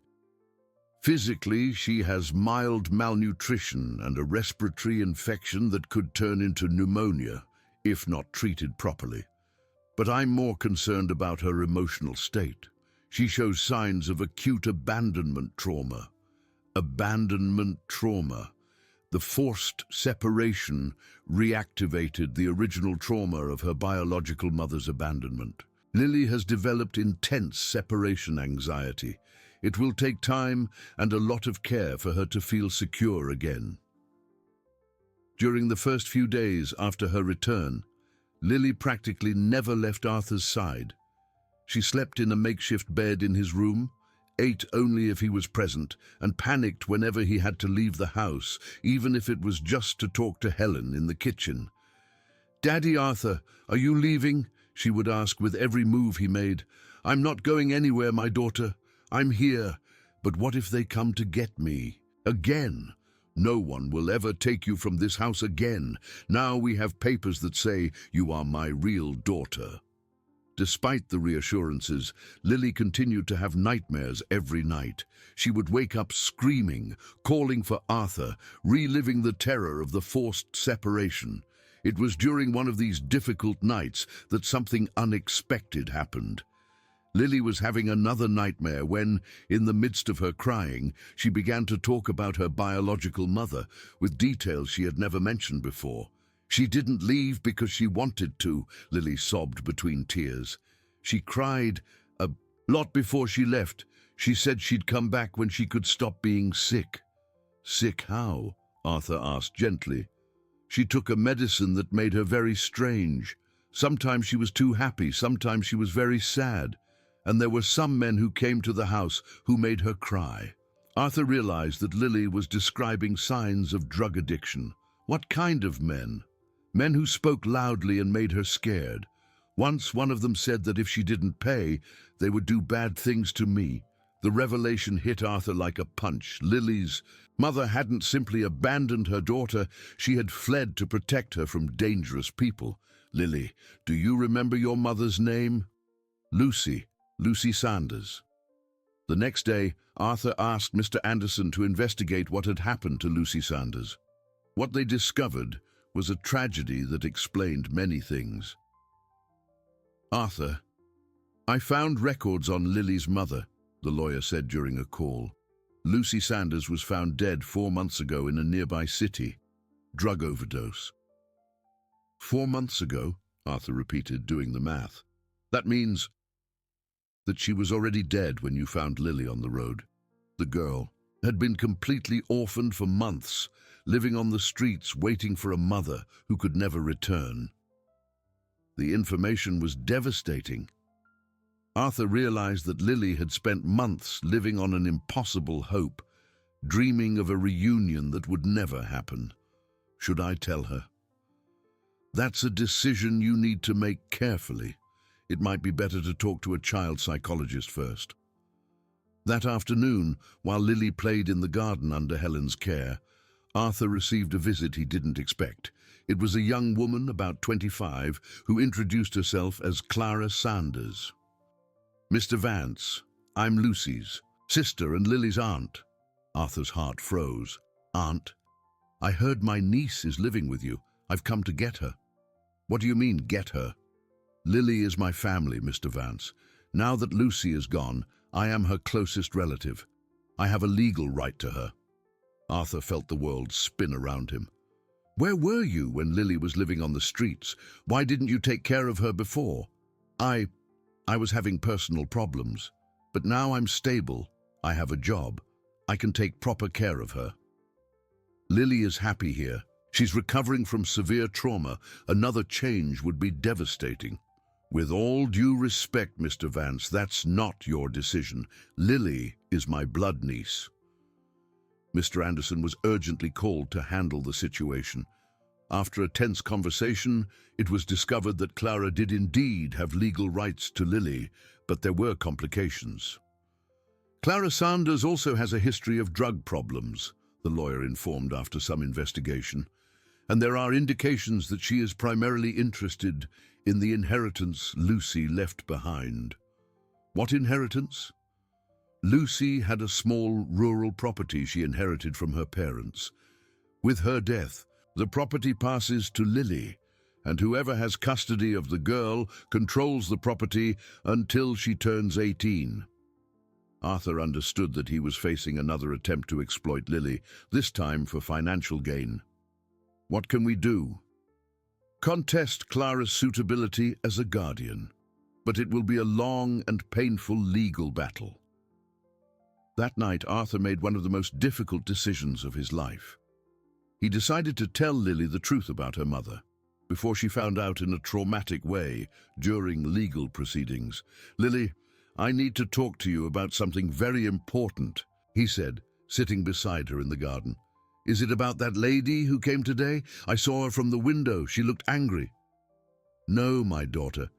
It's about your mommy Lucy." Lily stiffened. "She's back? Where is she?" Arthur took a deep breath. "Lily, your mother was very sick. She couldn't get better from the bad medicine she was taking. And she went to a place where she doesn't feel any more pain." "She died?" Lily asked with devastating simplicity. "Yes, my daughter. She died." Lily was silent for a long time, processing the information. Then, to Arthur's surprise, she didn't cry. Instead, she said, "I knew." "You knew?" "Deep in my heart, I knew she wasn't coming back, but I didn't want to believe it." She moved closer to Arthur. "Daddy Arthur, am I a real orphan now?" "No, my daughter. Now you are my real daughter, forever. Even if other people come and want to take me away, I will fight anyone necessary to keep you with me." "And what if I grow up and don't need a dad anymore?" "Then you'll still be my daughter, just a grown-up one. Heart dads and daughters are for life." Lily finally cried, but not from despair. She cried for the mother she had lost, but also with relief for having found a real family. "Daddy Arthur, can I just call you Daddy now, without the Arthur?" "Of course you can, my daughter. And can you call me your daughter when other people are listening? I will be proud to call you my daughter for the whole world to hear." That night, for the first time since returning from the shelter, Lily slept peacefully, knowing she had finally found her true home. But Arthur stayed awake, planning how to protect his family from the new threat that was approaching. The battle for Lily was far from over, but now he knew he was fighting not just for the custody of a vulnerable child, but for the protection of his own daughter. The legal battle against Clara Sanders intensified quickly. She had hired an aggressive lawyer from a nearby city who argued that blood ties cannot be ignored in favor of the sentimental whims of rich people. The strategy was clear: portray Arthur as an unstable man trying to buy a child, and Clara as the dedicated aunt trying to rescue her niece. During the first hearing, Clara's lawyer, Mr. Edgar Ferris, was relentless in his attacks. "Your Honor, what we have here is a single man with documented mental health issues who found a vulnerable child and took advantage of her helpless situation to satisfy his own emotional needs." Mr. Anderson vehemently retorted, "Your Honor, my client saved this child from a life on the streets, offered her a home, education, medical care, and above all, genuine love. Meanwhile, the petitioner allowed the child to live in a state of abandonment for months." "I was having personal problems," Clara protested. But now I'm ready to assume my family responsibilities. Judge Robert Silverman analyzed the argument seriously. The central issue here is not what is convenient for the adults involved, but rather which situation offers the best environment for the minor's development. Exactly, exclaimed Mr. Ferris, and nothing replaces the love of a blood family. It was at that moment that something unexpected happened. Lily, who had been brought to the courthouse for a private conversation with the judge, heard the loud voices coming from the hearing room and escaped from the social worker's care. "Daddy!" she cried, running into the room and throwing herself into Arthur's arms. "Why are they shouting? Are they trying to take me away again?" The silence that followed was awkward. Clara looked at the niece she hadn't seen in years, clearly uncomfortable with the obvious bond between Lily and Arthur. "Lily, it's me, Aunt Clara. Do you remember me?" Lily studied the woman's face carefully. "You're the lady who made my mum sad when you came to the house." I never made your mum sad." "Yes, you did. Every time you came, she cried afterwards, and you took her things." The innocent but devastating accusation left Clara speechless. Mr. Ferris tried to intervene. "Your Honor, the child has clearly been influenced against my client." "Nobody influenced me," Lily protested with surprising firmness. "I remember things, and I remember you told my mom to give you money because you were in debt." The judge leaned forward with renewed interest. "Lily, can you tell us more about that?" "Aunt Clara always came to ask for money, and one time she brought some men who scared my mom. It was after that my mom started using the bad medicine." Clara was now clearly panicking. "She's too young. She doesn't understand what she's saying." But the damage was done. The judge called for a recess to evaluate the new information, and Mr. Anderson left the room knowing they had gained an important advantage. "Lily just revealed that Clara may have been an accomplice in her mother's drug addiction," he told Arthur during the break. "This changes everything." While they waited for the hearing to resume, Lily clung to Arthur, clearly frightened by the whole legal process. "Daddy, why does that lady want to take me away if I don't like her?" "Sometimes adults do wrong things because of money. My daughter. Is it because of the little house my mom had? I heard them talking about it." Arthur was surprised by the girl's perception. "You knew about the property?" "My mum always talked about it. She said one day we would live there, just the two of us, away from everyone who hurt us." Mr. Anderson approached them with an urgent expression. "Arthur, I've just received important information about Clara Sanders. She has multiple gambling debts and has been arrested twice for drug possession in the last 2 years. This could completely nullify her claim." "Exactly. I'm filing a motion to present this evidence immediately." When the hearing resumed, Mr. Anderson presented the documentation on Clara's criminal history. The impact was devastating for her case. "Your Honor," Mr. Anderson argued, "the petitioner not only has a history of drug and gambling problems, but there is evidence that she may have contributed to the addiction that led to the minor's mother's death.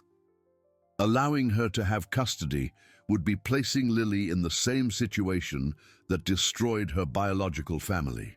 Mr. Ferris tried one last gambit. "Your Honor, my client acknowledges she has had problems in the past, but she is in recovery and genuinely remorseful. If she were truly remorseful, she wouldn't be trying to use a 4-year-old child to gain access to a rural property," Mr. Anderson interrupted. "This is a clear case of child exploitation motivated by greed." The judge called Lily again for a private conversation. When she returned 15 minutes later, she was visibly more relaxed. "The minor was very clear about her wishes and perceptions," Judge Silverman announced when they resumed. "She demonstrates strong emotional bonds with Mr. Vance and expresses genuine fear of the petitioner." "But, Your Honor," Mr. Ferris tried. "Furthermore," the judge continued, the evidence presented regarding the petitioner's history raises serious questions about her suitability as a guardian for a minor. Clara stood up desperately. She's my niece. You can't take that away from me. Mrs. Sanders, the judge said firmly, if you truly cared about your niece's well-being, you would not have allowed her to live on the streets while you pursued your own priorities. I didn't know she was on the streets. According to police records, you were informed of the child's situation 3 times by concerned neighbors and chose not to act. The final revelation completely destroyed Clara's case. Lily heard everything attentively, her large eyes absorbing the confirmation that she had been truly alone in the world for months. Considering all the factors presented, the judge declared, I grant permanent custody of the minor Lily Sanders to Mr. Arthur Vance. The formal adoption process may proceed without impediment. Thank you, Your Honor, Arthur exclaimed, his voice choked with emotion. Clara left the courtroom visibly furious, but defeated. Outside, she approached Arthur one last time. You think you've won, but this isn't over. I'll find a way to get what's mine. The only thing that belongs to you are the consequences of your choices, Arthur replied calmly. Lily will never be threatened by you again. During the drive back to Harmony Creek, Lily was unusually quiet. Finally, she asked, Daddy, why didn't my aunt really like me? Some people can only think about money, my daughter. They forget what really matters in life.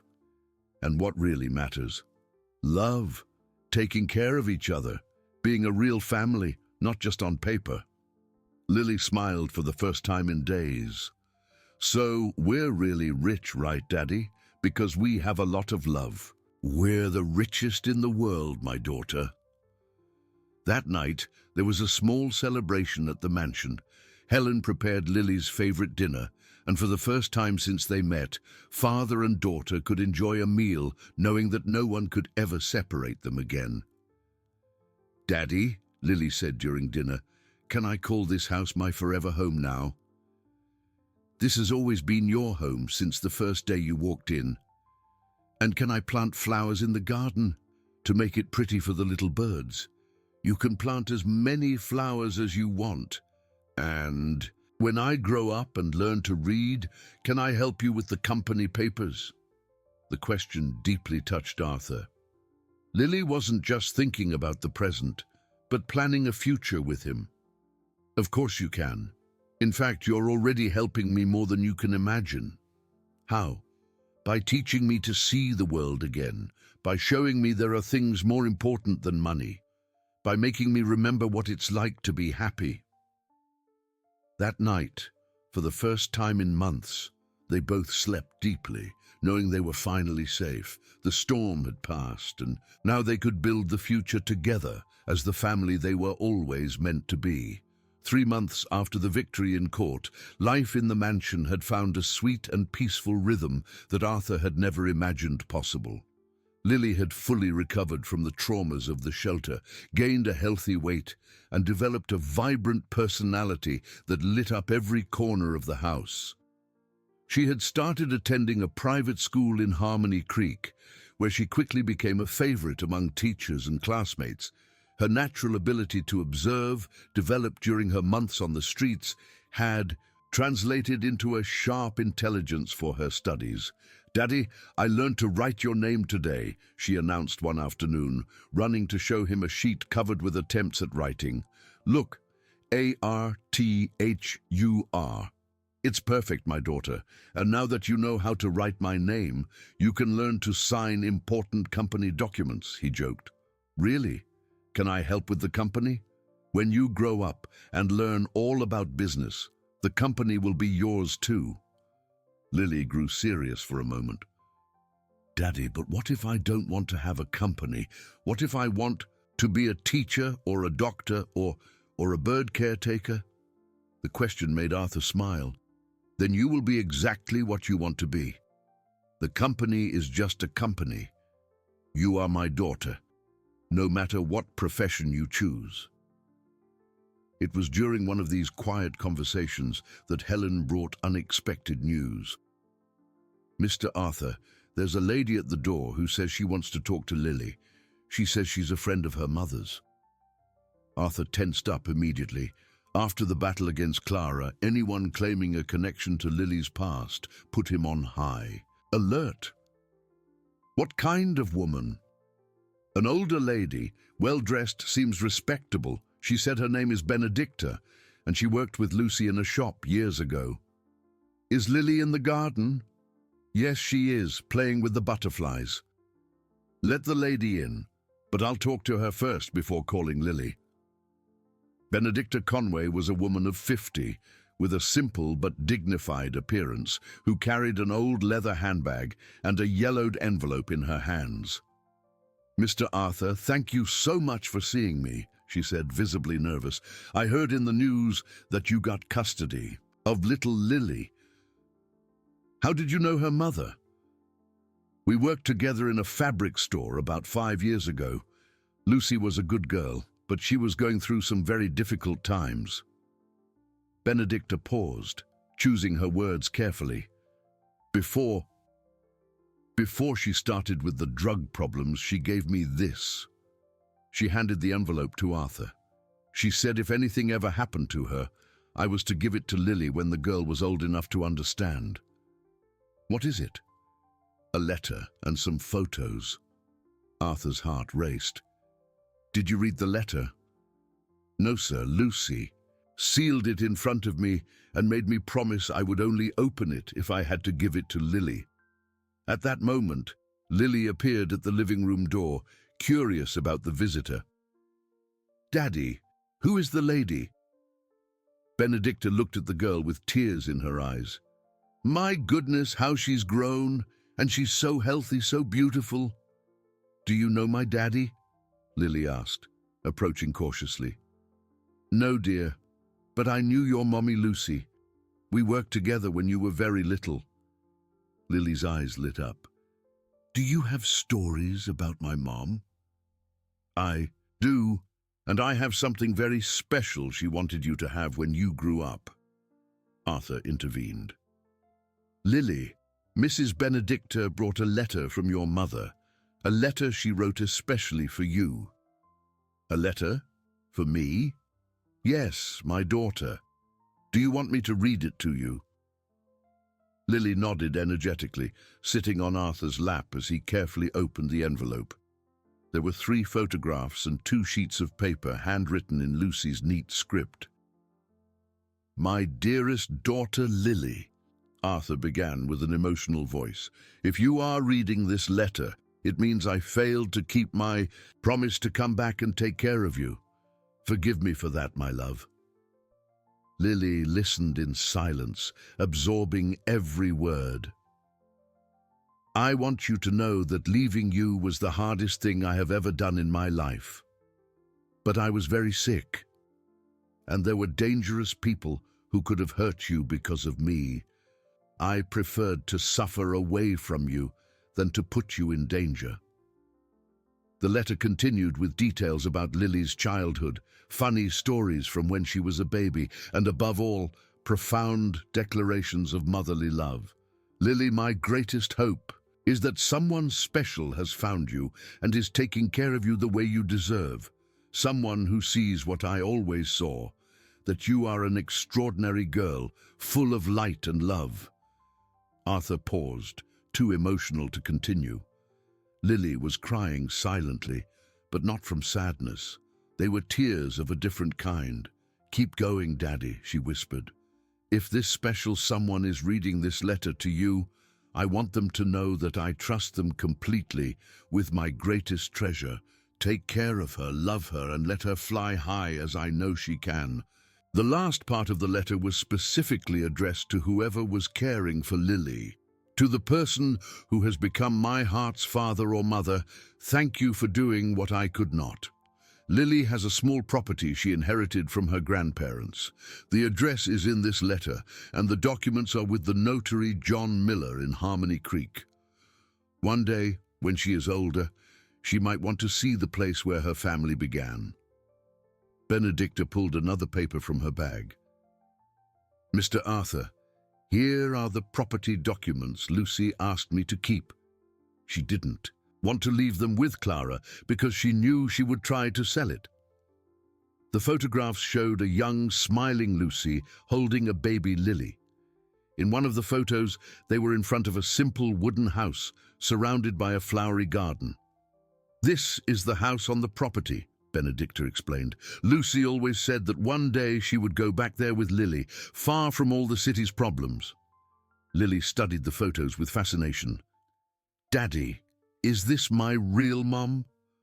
Yes, it is, my daughter, and you look just like her when you smile. And this little house is mine. According to the documents, yes. Can I see it? Arthur looked at Benedicta, who nodded encouragingly. Of course you can. If you want, we can go there this weekend.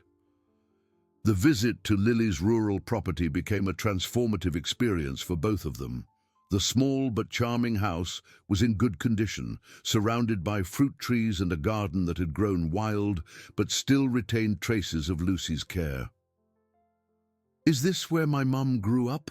Lily asked, exploring every corner of the property. According to Mrs. Benedicta, yes. Your grandparents lived here their whole lives. Daddy, can I plant flowers here too, to make it beautiful like my mum wanted? Of course you can. In fact, I have a better idea. What? What if we turn this place into something special? A place where you can come whenever you want to remember your mother, but also a place that helps other children. What do you mean?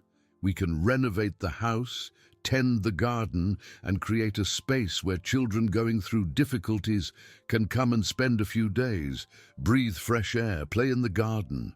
Lily's eyes sparkled, like a happy place for sad children. Exactly, a place of healing and hope, like you were for me. That afternoon, as they walked around the property planning the renovations, Lily asked a question that surprised Arthur. Daddy, do you think my mom is watching us right now? Why do you ask? Because I feel like she's happy, as if she finally managed to give me a real family.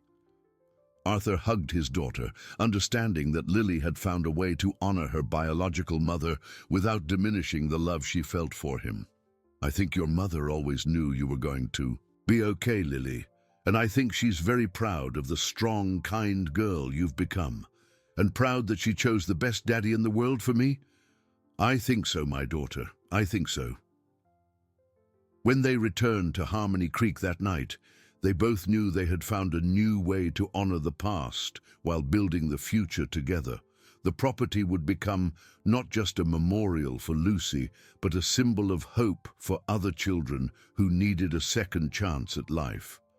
6 months after the discovery of Lucy's property, life had taken them direction Arthur had never imagined possible. The project to transform the rural house into a refuge for vulnerable children had become a reality, and Lucy's Hope House, as Lily had named the place, had already welcomed its first families. The transformation had not been just physical. Arthur discovered that caring for Lily had awakened in him a calling he never knew he had, helping children who went through situations similar to what his daughter had faced. Daddy, the new girl is crying in the garden, Lily said one Saturday morning while they were visiting the property. Can I go talk to her? Of course, my daughter. You know better than anyone what it's like to feel lost and scared. The girl in question was Marina, a 5-year-old who had been removed from a situation of family neglect and was spending a few days at Hope House while social workers looked for a suitable family for her. Arthur watched with pride in his heart as Lily approached Marina with all the gentleness and wisdom her 4 years allowed. He saw himself in that gesture, a person who had found healing by helping others heal their own wounds. Marina, do you want to see the birds in the tree? They sing different songs depending on the time of day, Lily said, extending her hand to the older girl. Do you live here? Marina asked, wiping her tears. No, I live in the city with my daddy. But this house belonged to my first mom, and now it's a place for children who need a little bit of peace. Your first mom? Yeah. My mom who had me in her tummy died when I was little, but then I got a heart dad who became my real dad. Marina seemed interested. What's it like to have a heart dad? It's like having a normal dad, only better because he chose you on purpose to be his daughter. Arthur felt his eyes well up listening to the conversation. Lily had found a simple and beautiful way to explain to other traumatized children that family wasn't just about blood, but about choice and love. During lunch, prepared by the new cook at Hope House, Mrs. Lords, Arthur received a call that would change everything once again. Arthur, it's Miles Anderson. I have important news about Valerie. What happened? She was found guilty on all charges. She'll get 3 years in prison, but most importantly, she's been ordered to fully repay all the money she embezzled. And can she pay? No. She spent almost all of it. But the judge has ordered that she must turn over all assets acquired with embezzled funds to a restitution fund. What kind of fund? This is the interesting part. The judge suggested that the money be directed to social projects related to the care of vulnerable children, like Hope House. Arthur was silent for a moment, processing the irony of the situation. Are you saying that the money Valerie stole will be used to help children like Lily? Exactly. It's a form of poetic justice, don't you think? That afternoon, Arthur shared the news with Lily as they walked through the property's garden, watching Marina play with 2 other children who had arrived during the week. What does that mean, Daddy? It means that Hope House will be able to help many more children. We'll be able to renovate more houses, hire more people to care for the children, create education programs. And Mrs. Valerie? She will pay for what she did, but the important thing is that something good will come out of all that evil. Lily reflected on this for a moment. Daddy, do you think my mom planned all this? What do you mean? She left me with my aunt, who was bad, but I managed to run away. Then I found you on the road right when you needed help. Then we found out Mrs. Valerie was a thief. Then we found out about this house, and now there will be money to help more children. Arthur stopped walking, impressed by how his daughter had connected all the events. You think it was all planned? I think my mom asked the angels to take care of me, and the angels made everything work out in the end. The simplicity of Lily's faith deeply touched Arthur. Maybe she was right. Maybe all the pain and suffering had been part of a larger plan that he couldn't see at the time. 3 months later, during the official inauguration of the expanded Hope House program, Arthur gave an emotional speech to the local authorities, adoptive families, and children present. When I found Lily just over a year ago, I was a man lost in my own darkness. She taught me that sometimes we need to break completely to discover who we really are. Lily was sitting in the front row, wearing a yellow dress that Helen had made especially for the occasion, smiling proudly at her father. Lucy's Hope House is not just a place where vulnerable children can find temporary safety. It's a place where families are formed, where healing happens, where hope is reborn. Arthur paused, emotional. My daughter Lily taught me that family is not about perfection. It's about choosing to love unconditionally, even when, especially when, life tries to convince us otherwise. After the speech, Father Michael, who had officiated the religious blessing of the house, approached Arthur. My son, I rarely see transformations as profound as yours. It's as if you've been reborn. I have been, Father. On the day a 4-year-old girl taught me that courage is not the absence of fear, it's doing the right thing even when you're scared. That night, during the celebratory dinner at the mansion in Harmony Creek, Lily made an announcement that surprised everyone. Daddy, when I grow up, I want to be just like you. What do you mean, my daughter? I want to find lost children and give them families. I want to make more hope houses." Helen, who had truly become the grandmother Lily never had, smiled through her tears. "This girl is going to change the world, Mr. Arthur." "She's already changed mine," he replied, hugging Lily. The following week, something extraordinary happened. Marina, the first child to be welcomed at Hope House, was adopted by a retired couple of teachers who fell in love with her during a visit. On the day she came to say goodbye, she looked for Lily in the garden. "Lily, thank you so much for teaching me about heart parents. Did you get one?" "I got two, a heart mom and a heart dad." The two girls hugged, and Arthur realized he was witnessing the beginning of something much bigger than a simple social project. He was seeing the birth of a new generation of children who understood the true meaning of family. 6 months later, on a sunny Sunday morning, Lily woke up early and went to find Arthur in the garden, where he was sitting in the same chair where he used to spend his mornings before meeting her. "Daddy, what are you thinking about?" "I was remembering the day you saved me on the road." "I saved you? I thought you saved me." Arthur pulled his daughter onto his lap. "You know what I discovered? We saved each other. You saved me from sadness, and I saved you from loneliness. And now? Now we save other people together." Lily snuggled into her father's chest, listening to the sound of the birds that had become the soundtrack to her new life. "Daddy, are you happy?" "I'm happier than I ever thought possible. Even being blind." "My daughter, I've learned that there are different kinds of blindness. I was blind to what really mattered in life. You taught me to see again, and I learned to read. Yesterday I read a whole story by myself. And when you can read very well, you can read stories to the children at Hope House." "I will! And I'll teach them how to draw birds too." At that moment, watching his daughter plan ways to help other children, Arthur understood that the circle had closed perfectly. An abandoned girl had become the salvation of a lost man, who in turn had become the family she always deserved. And together they were creating hope for countless other children who were still waiting for their own chance to be saved. The dusty road where it all began was just a few miles away.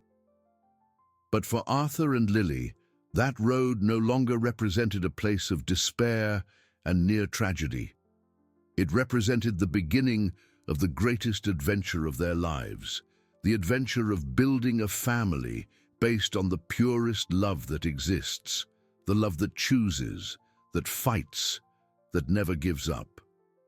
And so, the heart father and daughter continued their journey together, knowing that the best stories always begin with someone brave enough to extend a hand to a person in need, not knowing that in doing so they are saving themselves. If you enjoyed this video, please subscribe to my channel. I promise to bring you videos every day that will make your life happier. Comment what you thought of my story with a rating from 0 to 10, and thank you very much.